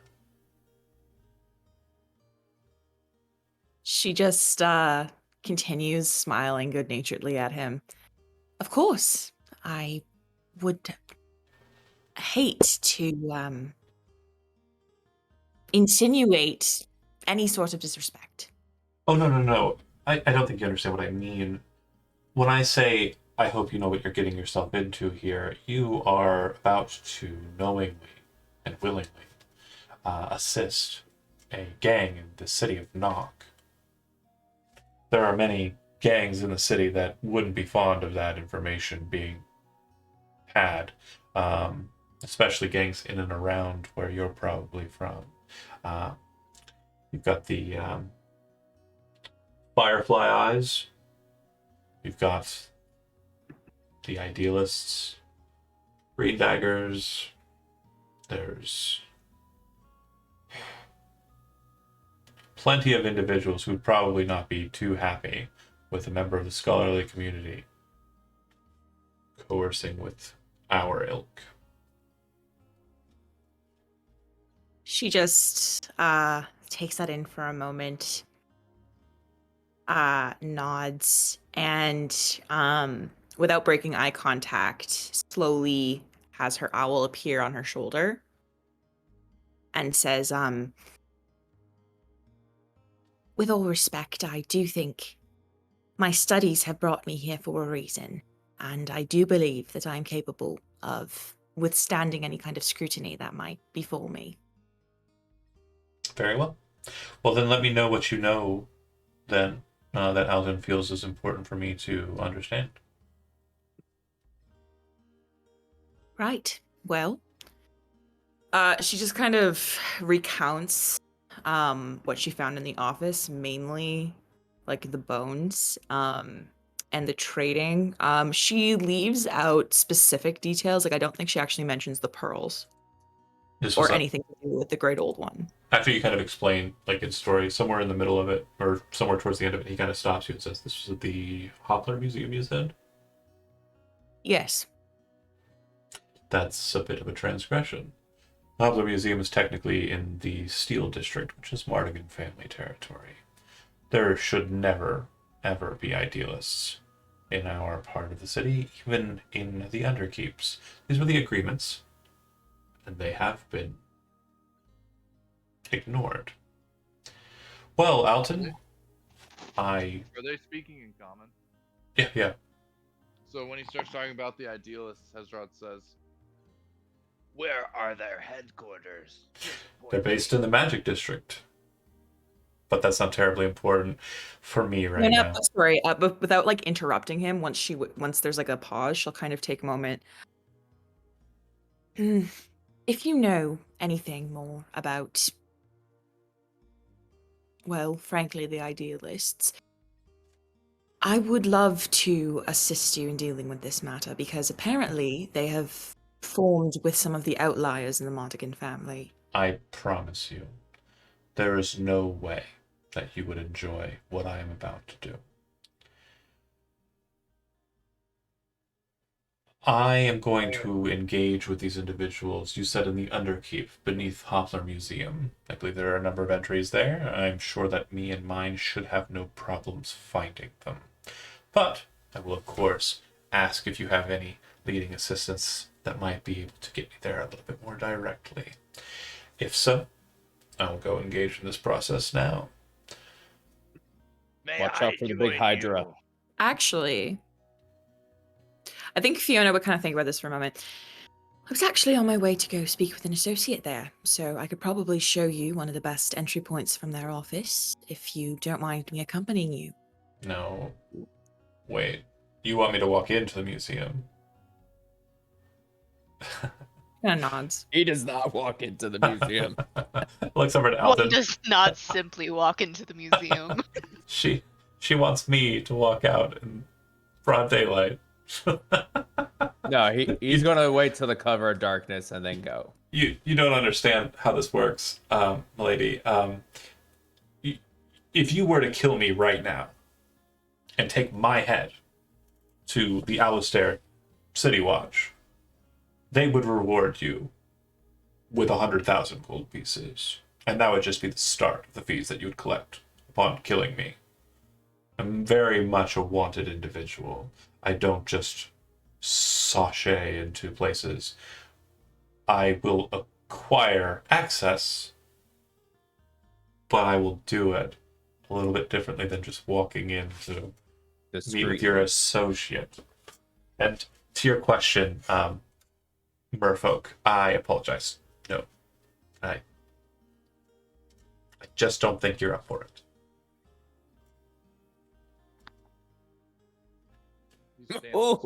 He stamps his foot and says, What? What? I owe them scars. Well, if you have problems with the idealists, I'm sure if you want to scuffle with them, you could find many of their number in the magic district where they belong. But the ones that are here in the steel district are mine. They have broken promises, and I need their faces, Very both the well. ones they cover their faces and the ones they keep under them. To I quickly... will return, and we will recount the deeds of the slain. What? So he's basically saying he's gonna come back and they're gonna talk about all the idealists they killed. Oh, okay. Well, then have fun. No, he's saying he's gonna go kill the idealists in the magic district. And I'm gonna go kill the idealists in the Poplar Museum. Yes, I get it. I'm with you. Later they'll get together and talk. We'll just talk. We'll drink and we'll talk about how we killed people. Yeah, I say, exactly. watch out for the big Hydra at the bottom of the well. a good note. I'm sure that the other keeps underneath the Poplar Museum are quite well trapped. Oh, they are. They are. Perfectly why. And watch out, there's like lava monsters down there somewhere. Buried we in killed clothes. those with the laundry. Yes. And then I think we returned the laundry to the trunk. I don't remember, but there was some laundry in a magic It trunk. automatically gets sent back to the trunk after 30 minutes. Oh, okay. Very well. Okay. So. Which is why I was hoping you'd take it, but at the same time. Nobody could lift it. Anywho. We were all too weak. I have some business to attend to. Fortunately, I had a fine amount of jump in this cup, so I should be ready for it. Kind of stands up. As he does so, like all of the torches like burst in flames, and the entire like room kind of fills out with light. And in the spaces where there were shadows, you can see like people kind of arms crossed looking at you that you didn't see before. Oh, And- I knew they were there. Alton knew they were there. In fact, hell, some of them are probably like people who are like beneath you in the totem pole of hired killers, so not a problem. But yeah, he says, I have some business to attend to, and I think you know your way out. Okay, so moving on from you folk, thank you for the fun times and the side plots for me. I'll go ahead and Side address your inquiry. Yes, you would. Zizo, have a recipe for potion of healing. And to answer your question, some potions are cheaper because they're more kind of mundane or common. So a potion of advantage has a very vast utility to it, whereas a potion of fire breathing you can't use in everyday life. So it is not exactly seen as something that, well, most people, Hezrod, can't use in their everyday life. Your everyday life engages a bit differently. That it hits different than most. That said, that's the answer to that Daily question. life is like a Surge commercial. You have a kind of an idea of where they're located, and you head off in that direction. It's actually south. It's inside of the Steel District, but it's south by southwest of the Poplar Museum, kind of closer to House Sereda. When you find them, they're maybe a couple of blocks into the Underkeep, kind of in the underlands there, near the canalway that kind of moves alongside House Sereda. And House Sereda's territory is kind of important to denote here. We've been there before, but I don't think Malika has. But you see this long kind of like piece here. That's a massive fortification filled with troops. But you're looking at it and it looks like a ghost town. There's no one there. Which is confusing, but you've never been here, so you don't have like the regular idea of what it's supposed to look like versus now. It just looks... Show has an idea, but Malika doesn't. Correct. You of course know where everyone is currently at. But you go down there and you find your three stooges, your three compatriots.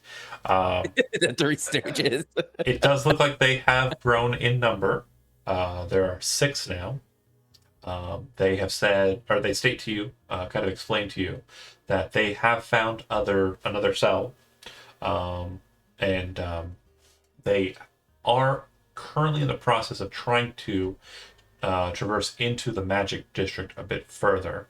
What they say is they hear that there is a family that lives underneath or around House Daigot's home and territory.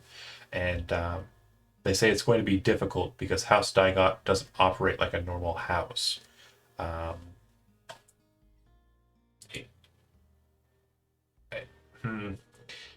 They try to explain that a bit further. House Daigot is a weird one.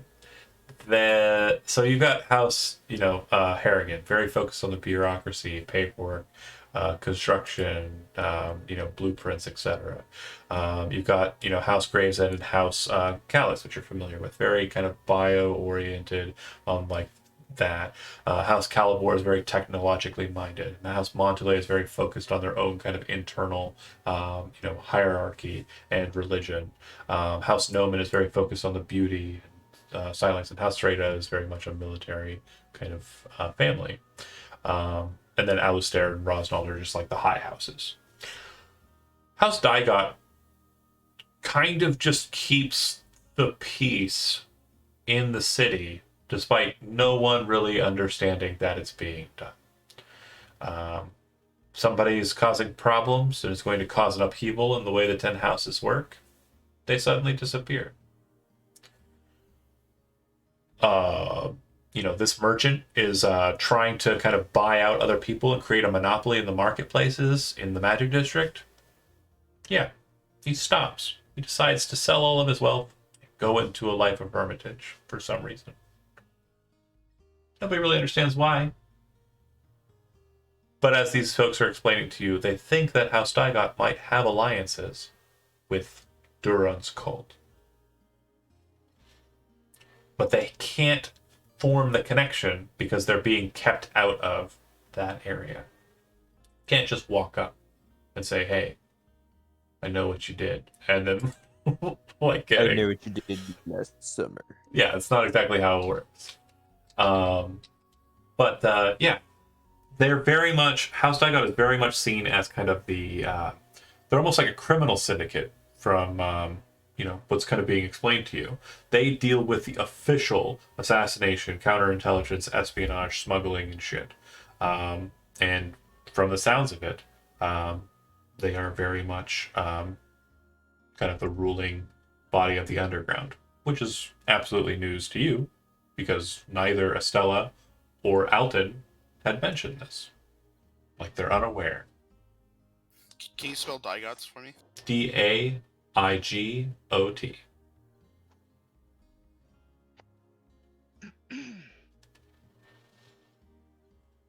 And Malika would take note, and she would also share probably just about everything that has all the information related to the ladies cultists operating in the city, that she's learned kind of from Adventures in the Museum and hearing from the kind of Estella and that whole triangle of assassins and whatnot. when you mentioned that they have demons, do you mention that? Estella had mentioned that. Yeah. They say, "Oh, well, that helps out a lot. That helps out a whole lot." And you see the leader of the three stooges kind of wander into the back and kind of fiddle through what appears to be just like a bundle. And eventually he pulls out what appears to be a short sword with a nice, like, kind of sharp, silvery blade.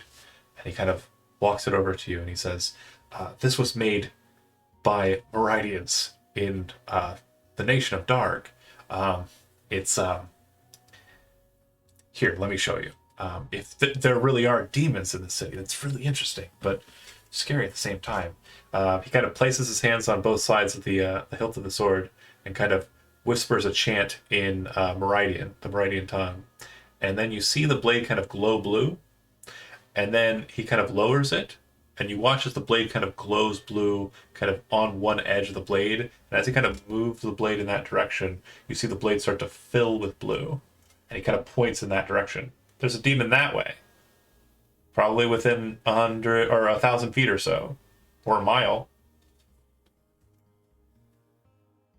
And he kind of takes the sword and hands it over to you. goes over the chant with you, and you realize that you have a astral dowsing sword, which allows you to detect celestials or fiends on the plane. It'll glow blue for demons or devils, and it'll glow red for celestials, because Meridians wanted to kill celestials. Fair.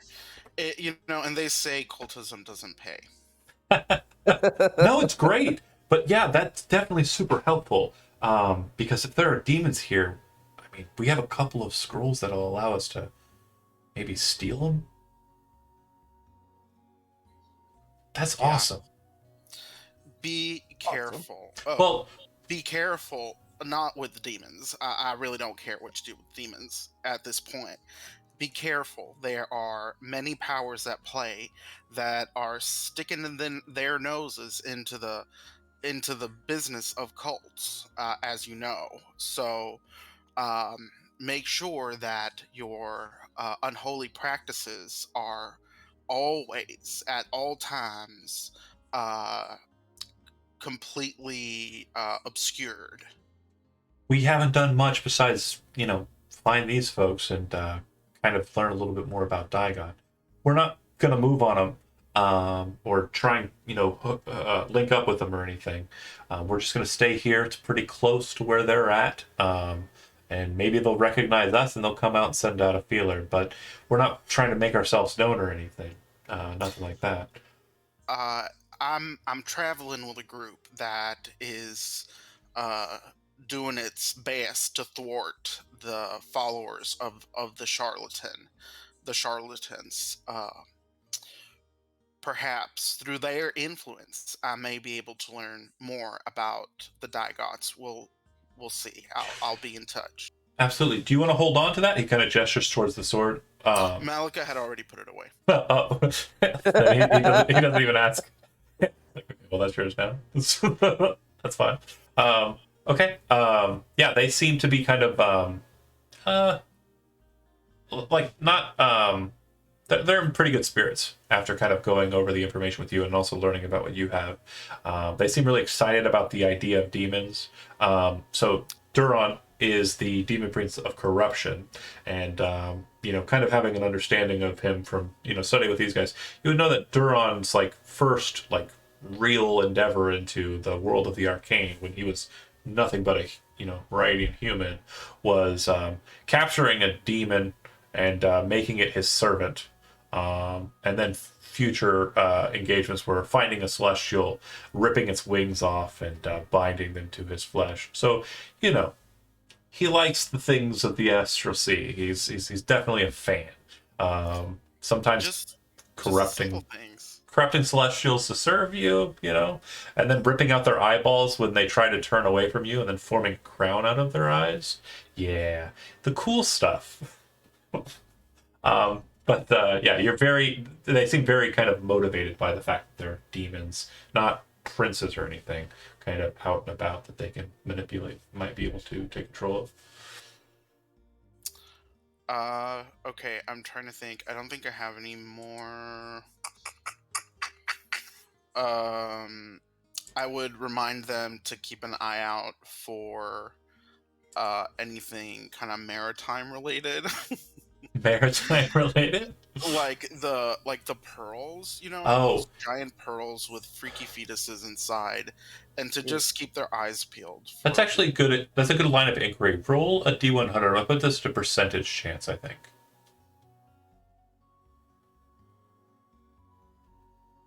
Hey, John, is there a limit to how many times I could do punishing stance? No. 95. 95. Okay, that's high. So you would know now, from them kind of discussing it with you, is that every single one of the cultists' leaders that they've been able to find or see and escape from, because remember, they did have more numbers but then problems, they state that everyone that they've seen has had a silver eye, like this Terry guy that you were hearing about. So they don't mention it because you mentioned the silver eye or its importance. When you start saying pearl stuff, it seems to come up to them, and they explain to you that most of their hierarchy seem to have this in place, this replacement eye. Okay, great. So Malika now connects Terry, little guy from from Estella's story with the lady. And she will probably mention that to the group once They we say, get back. "Oh, do you like if you bring it up with them, they say, well, we can look into this other guy. I mean, we haven't heard it. Yeah, we haven't heard of him. Oh, Barry. Fuck. Which was it? I don't know. Barry. I'm not sure. He's Larry, Mary. Halfling, silver eye, named either Terry or Barry. Carrie? Could it have been Carrie? It could very well have been. I'm Well, not sure. It's definitely a pretty, simple sounding name. We'll see what we can't find, and we'll get back to you. Just be careful. And I do recall it was mentioned that he could do that thing that some of us pact makers can do, where he had old can ones speak in the mind. Yeah, old one followers. He will likely be a warlock. Mind speeching. Okay. Well, we'll be careful. You then hear like another person go, "Hey, wait a minute. No, I know who you're talking about. Yeah, he was seen at the Noman Theater a 6 days ago, or a while ago. Yeah, they had a wanted, they have a bounty on him. But then they caught him and he was dead. Oh, he's dead? Or he's in jail? I'll have to double check. Yeah, they caught him. I think he's in prison. Well, it's likely he'll, if he's foolish enough to make himself known, then maybe he'll be foolish enough to let his tongue slip about the ways of, about the plans of the lady. We'll have to see. Y'all, we'll follow up, and as before, he kind of gestures toward the callstone. Whenever you need us, we'll be ready. All right. Cult business finished. Punishing stance acquired. Fiona's first gang day. Galradir and Estella shopping. Pretty solid day. At the end of it, where would you like to meet up? So, once we're leaving the Mardigan house, I use my calling stone to Galradir and say, "Hey, she's off the hook, so she's okay." Oh, excellent. We should drink tonight. We shall go to your parents' tavern, and we shall celebrate. And to the parents. Fiona's parents? Yeah, that's what I said. Fiona's parents' house. All right. If you are all going to be going back to the Elmwoods tap room, I'm assuming that's the case. You all arrive without issue, one after one another, and kind of sit down back at the same table. Anne's at the the bar. She starts pouring pitchers of ale for you to have. And she actually settles out a bottle of fine Elvish wine. She says that she was gifted today. And she really wanted to pass it over to Estella, who was a really great conversationalist last night, and she really enjoyed her company. And Estella takes it as a, oh, well, I appreciate it. The point is you all sit down at the table with beverages in hand, kind of regrouping. Avram, a loud thud kind of slams down on the table in front of you as you see a parcel kind of just tossed out in front of you like a slab of meat. She looks at you. I hope it works. She says, "She's gonna open it like a kid on Christmas. With one arm." So when you open, you open it up, you can see that the piece that's out kind of laid out before you appears to have kind of like a porcelain kind of coating over it, and you can see like the ball joints, the kind of almost doll-like segments of the where the joints would be on a normal hand. Mm. It appears to actually go all the way out to distance past where. So if you were to put it on, it would be goofy for you. And if you're kind of looking at that strangely, she explains once it's attuned to you, you shouldn't have an issue. All right. How do you attune something? I You can't. just You spend a You're just short gonna- rest with it. He's Okay. gonna slap it on. He's just Yeah. gonna. If you spend the drinking portion of the hour at a certain point that's comical, I'll explain what happens with it once it becomes attuned. He's not. Is it going to go like this, and then he's going to crush No. a glass? So let me double check. Let me see. He's not gonna drink any alcohol. He's gonna Don't- drink Don't lemonade. split anyone in half with that.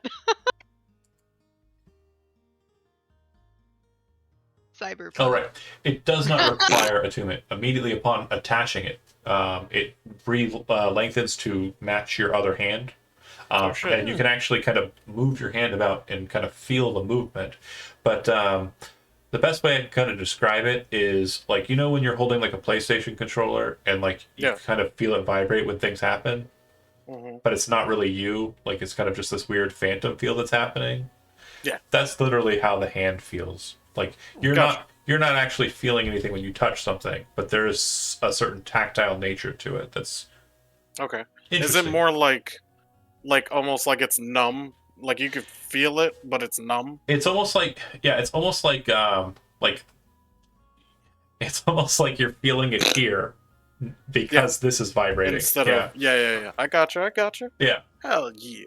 But All right. That's it seems to move perfectly. It articulates very well. It's very good get. It appears to be of Osirian make, but very old kind of styling, a very old styled kind of prosthetic, but functional. Fiona takes it in and she's just like runs a hand over it, nerding out a little at like there's definitely magic involved, Oh right? yeah, it's absolutely magical. Yeah. Can I touch it? Avram, can I touch your new arm? sure. Why are you I so poke weird? at it. Does I poke everyone at wish? it. He's just gonna hold it out. Does everyone wish to touch it? I touched it earlier. Fiona turns to Estella. That's really quite beautiful. I can't wait to see what you find for him next time he loses a limb. Can I But- sign it? Depends on what No. depends on what he needs. You cannot sign it. Oh, speaking Ah! Hezron gives him a fist bump. I'm gonna do it with the prosthetic. Yeah, definitely. He like comes in slow like this, and then you're like, and he's like, ah.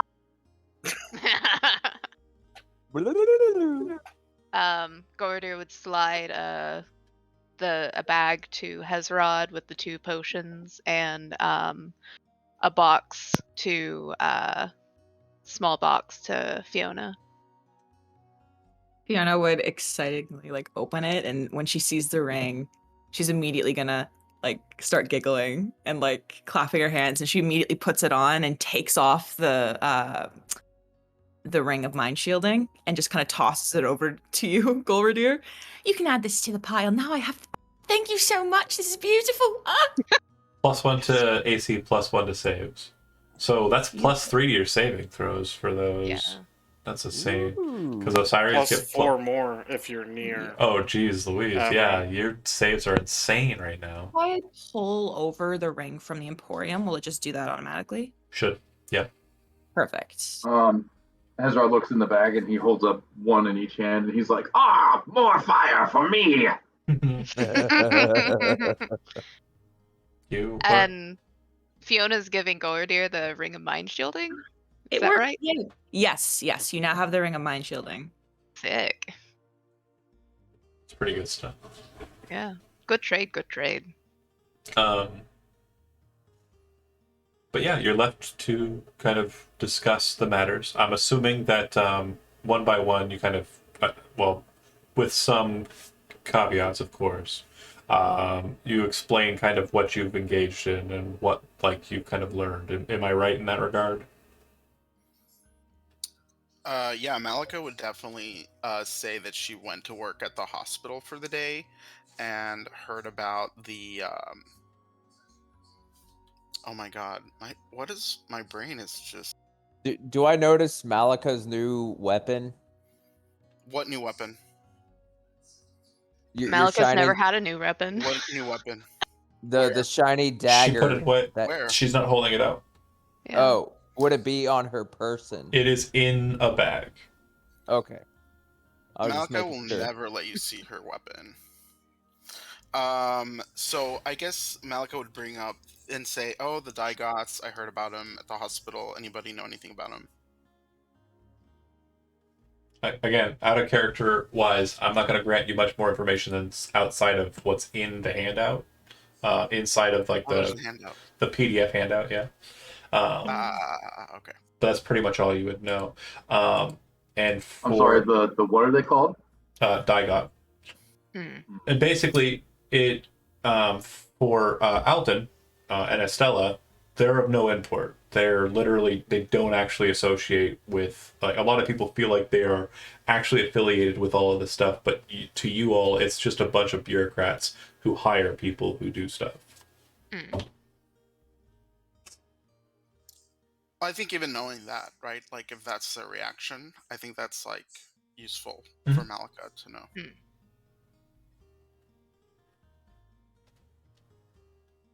I suppose Hezron and Alton would update everybody on the fact that I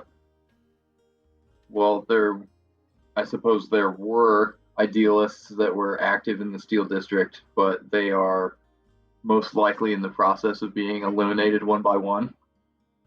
Yeah, and Fiona looks a little happy. Probably slowly and painfully. And Hezron intends on going into the where's the Magic District? Yeah, with Fiona to possibly investigate more idealist activity and potentially fuck up their operations really badly. So you've been spending most of your time in the Magic District. Elmwood's taproom is in it. Shit, cool. Yeah, every so often, I mean, you do see somebody kind of in idealist garb, which is basically a black robe, red leather armor, strange metal kind of appendages, and skull mask, either worn on the face with the glowing eyes, or on the belt, eyes no longer glowing. So I say, Hezrod, if you see one, do not smash them. We need to follow them. Well, you would know that it's gang, because gang recognize gang. You would know that they don't, like, they're not going to, like, lead you to their base of operations. They operate throughout this portion of the city. They probably have several different places that they kind of go to. So, like, most of these people are just going to be kind of like cut purses or, like, you know, street pharmacists, etc. So, okay, so how about, why don't we start by just having Alton get as much information about their activities in the Magic District as he can. That should be relatively easy to do. And that should be a decent amount of information so we can start figuring out what their operations in the Magic District are and where we can hit them to really hurt said operations. Alden, you would know that starting to inquire into that would mark you very quickly as a Mardigan. You're not the one to do it. No, I'm not saying he needs to ask around here. He needs to ask his people. So ask the Mardigans, but the Mardigans... Well, they probably won't be in this district, the Mardigans, because Dante said that there's a pact between the two. Yeah, I know, but they probably still have information. Not really. Oh, really? They don't know much or anything about their operations? You stay on your side of the road, I'll stay on ours. That's Can fair. I ask my great uncle? I guess whatever we could figure out in regards to those operations. You know what? Fuck. I do think tailing them is a good idea. Like, I do think if we stick around enough and we find someone coming in, like Fiona hates these people, full disclosure. Like, she'll make it known pretty quickly that she's hated them for years, and it's not that difficult to spot them in terms of like their garb and their mannerisms. They wear stupid masks. Yeah. So she suggests straight up like tailing them after some time. That's what I suggested. Yeah, like she'd agree. Like she'd be like, you know what, Alton, I'm actually very surprised, but you've been offering some really good suggestions lately, and I agree. Let's do that. After our close deal with death, I decided to wise up. She smiles you, and she turns to Oh, God damn Avram it. and noticeably kind of like raises an eyebrow. Is that the case with you as well? It depends on the situation. And then he grabs his hand like this. Sorry, more hand jokes. I would have used my robot hand for good. Now I'm going to use it for evil. Oh shit, you're Matt burying it. I enjoy it. Oathbreaker, let's go. It's a deadite. Ah! He tried to drink on Dan's day. Oh, he did drink on Dan's day. Tried to. He did If not. you guys don't want Wait, Hezrod to today's just go still around. Dan's day. He said he's drinking Yeah. lemonade. Lemonade, okay. lemonade, y'all. Nice. Lemonade. I do think Fiona would What a good turn to boy. Stella and say, not to be presumptuous, but you are rather good at tailing people, aren't you? Yeah, sure. I'd do whatever. Actually, is Estella still with the party? I know Yeah, she's been sitting there the whole time. drinking Estella, that fine bottle of can wine. you do something Huh? and find some of these little hideouts of theirs? Oh, I thought you'd be more cunning about this. We're in their territory. You're literally playing them with home court advantage. Is our goal to take them down entirely? Because if that's not your goal, you're starting a fight. You're probably not going to want to continue. Nah, we're not going to take them down entirely. We just want to find out information. Yeah. So my Well, question stands: actually- is this a fight you want to fight for a while, or because we're going to be killing idealists for a while if you? I mean, Hezrod wants to kill idealists, so well, he's you going saw to his big move. probably get his fill and more if you're wanting to fuck with them on their own turf. And we're aware that it's the idealists that are communing with demons, Yes, right? I believe that is accurate. And the death cults. Well, at this very moment tonight, I have it on good authority that part of the organization will be called. This might be a good time to strike, actually. I have a question before we go out indiscriminately killing individuals that are part of this organization. Are we not sure that some of them may or may not be good people? That's a fair point, but you did catch the part where she just said that they're consorting with demons, right? Yes. Estella says that. Okay, well, I hate demons as much as the next they scare me. cleric, but I appreciate your desire for civility and mercy, Estella says, and then she kind of looks to Golradier with kind of like a this is a dumb idea kind of look, and then kind of looks back to the rest of them. If you want to engage in this process, I will help, but I will let you know that if it does look like you're being dragged under the tide, I will abscond with my husband and leave the city in a flash. Sorry. But I will help you in the best way that I can. I already have it under pretty decent authority from my time going through the markets here in the Magic District that the Idealists are also keen on finding me as well. Seems like I can't find a friend. Well, I found you, I guess. The Mardigans are your friend now. Correct. Kind of. That is true. She say the Idealists are keen on finding her as well. We can use her as Very bait. popular One more lady. reason. I mean, Don't look. use my wife as bait. No. Do you want Hezrod to go out there and just do something really drastic and paint a big fucking target on his back? He'll do it. She kind of looks at you. Look. No. If you want to, fine. My main goal here in the city is to disrupt the trade of the materials known as agony from entering into the city and falling into the hands of Where demons. was the last time you saw the agony? Oh, that was at the Red Dragon.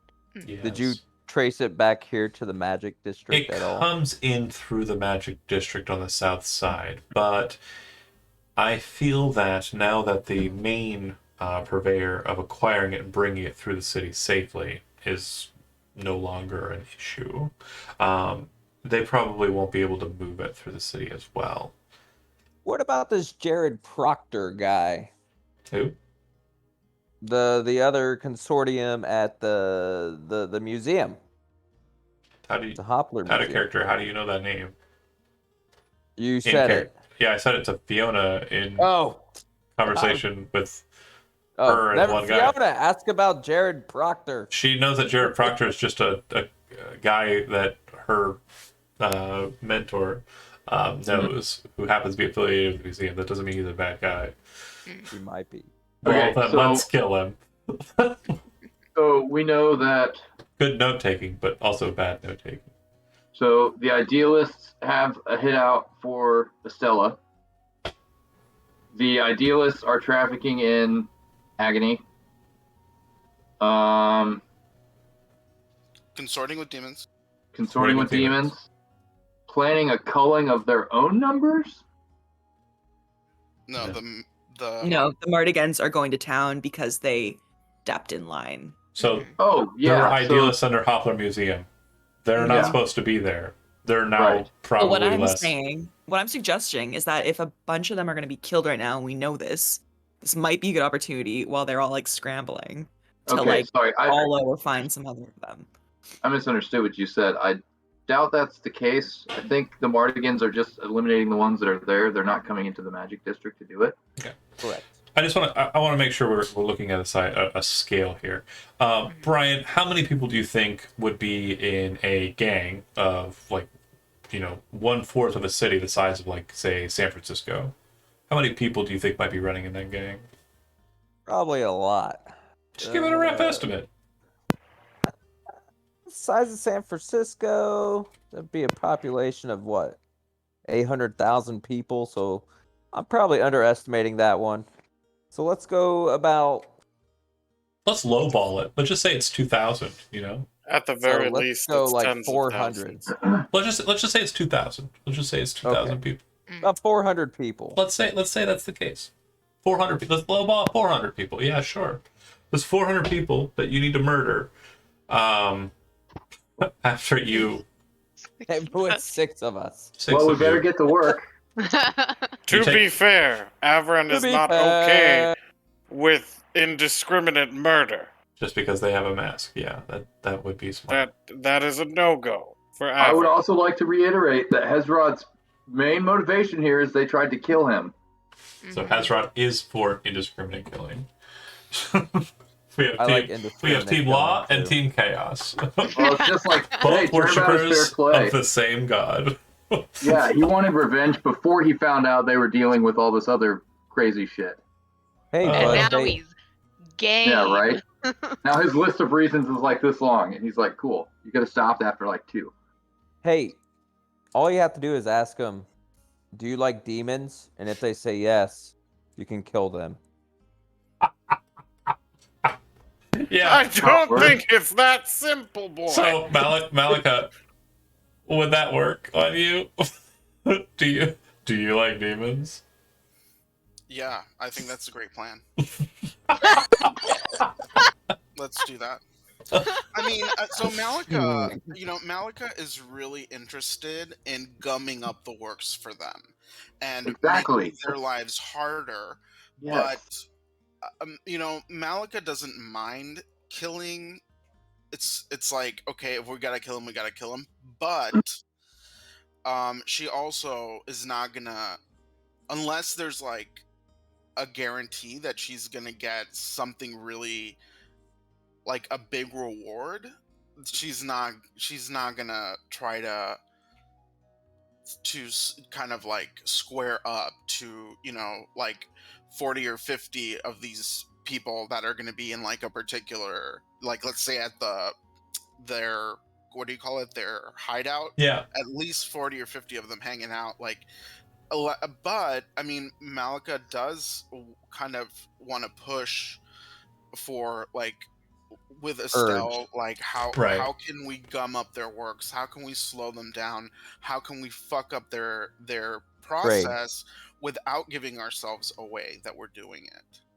Leroy Jenkins. I mean, I will say that whatever you guys find out, if you find a certain aspect of their operation to apply some serious pressure, I mean, if you just need a serious application of force, feel free to just completely manipulate Hezrod into doing whatever you need him to do. Let's do the right thing. Which is what? Oh, no What? clue. I need more information. I mean, information is good. We are trying to figure out how to get more information. At least it's not senseless justice.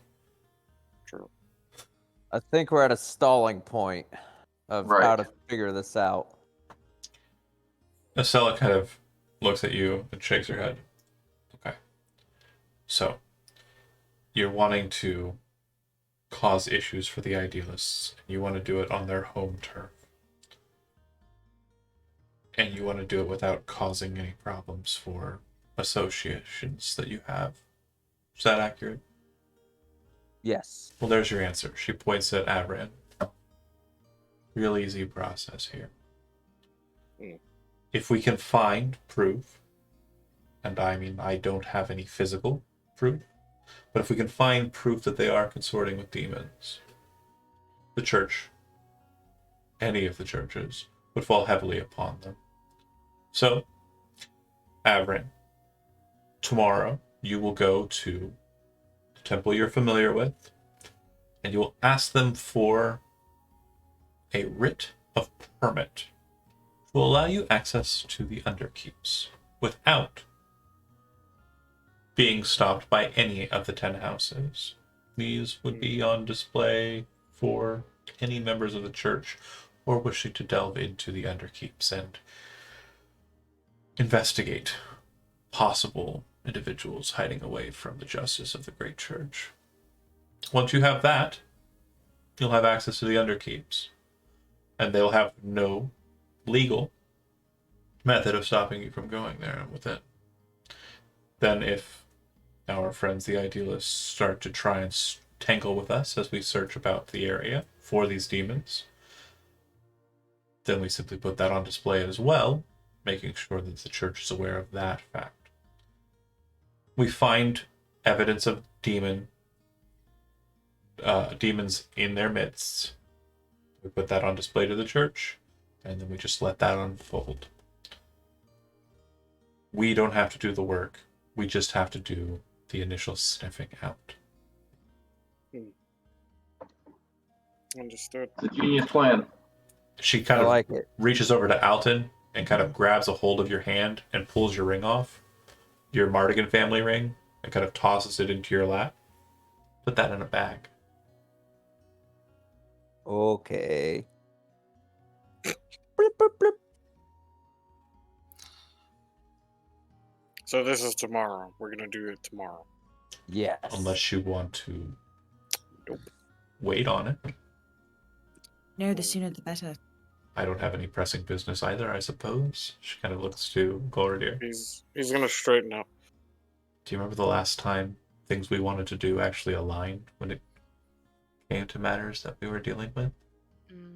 Years. Are we doing this as soon as possible for the culling? Probably be best.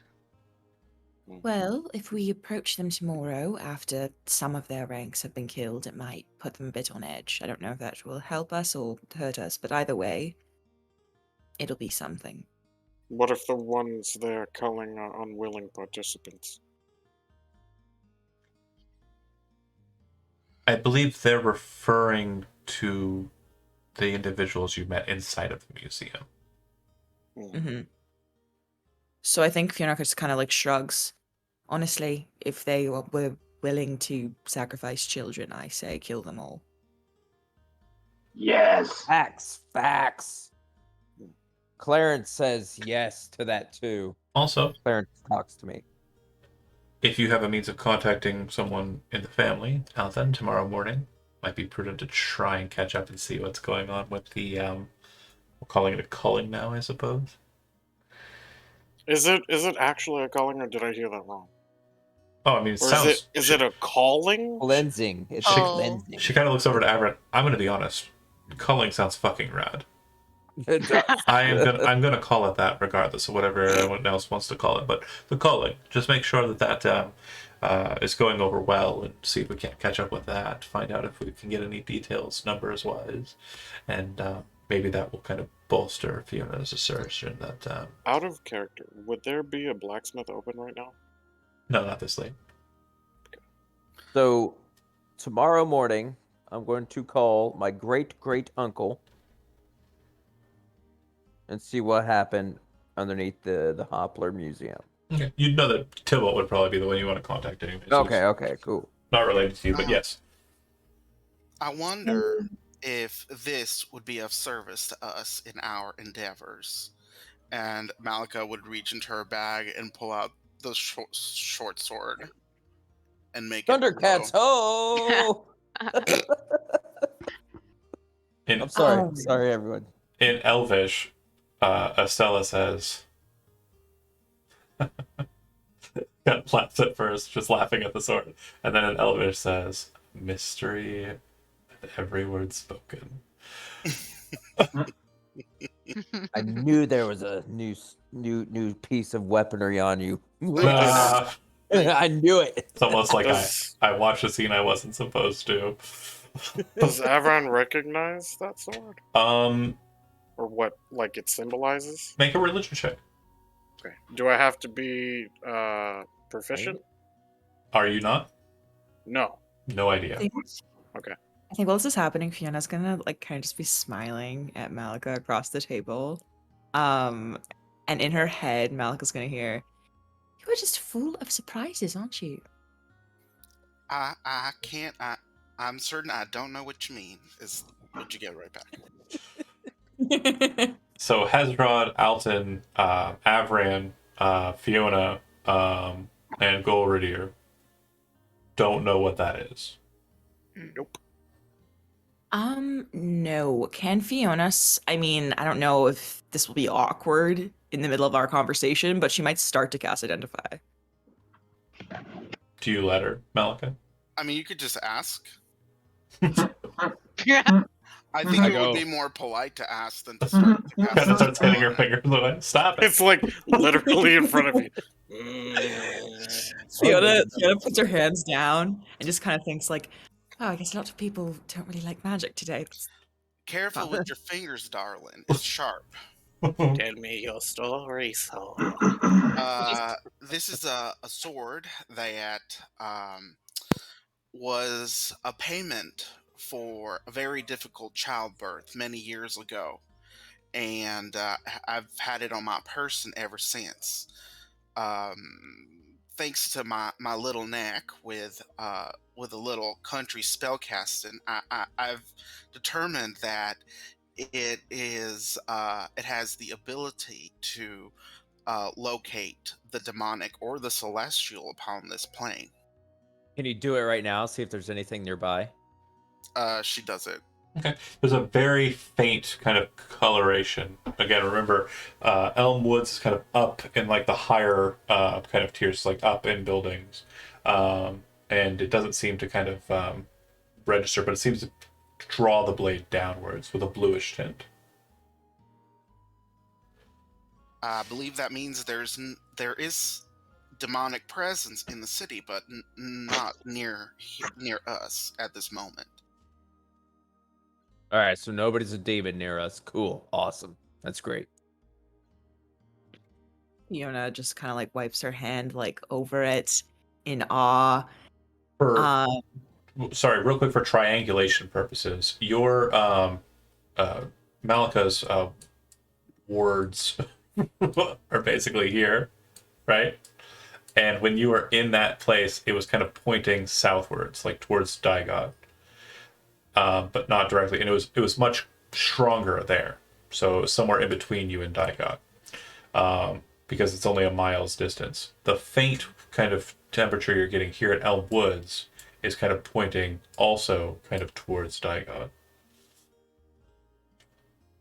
Now, would it No. be super suspicious if she pulls out her little sword and it glows blue? Would people be like, "What the heck is that?" Well, Or she can you explained just it. Well, I mean, like if we're out in public. No, because no one's caring about your table because you guys are badasses, and it's No, I mean, literally if we're Fiona's out- mom's place. Yeah. Out in town. Oh, and that might be a problem, sure. But if you're in the Underkeeps, no, not so much.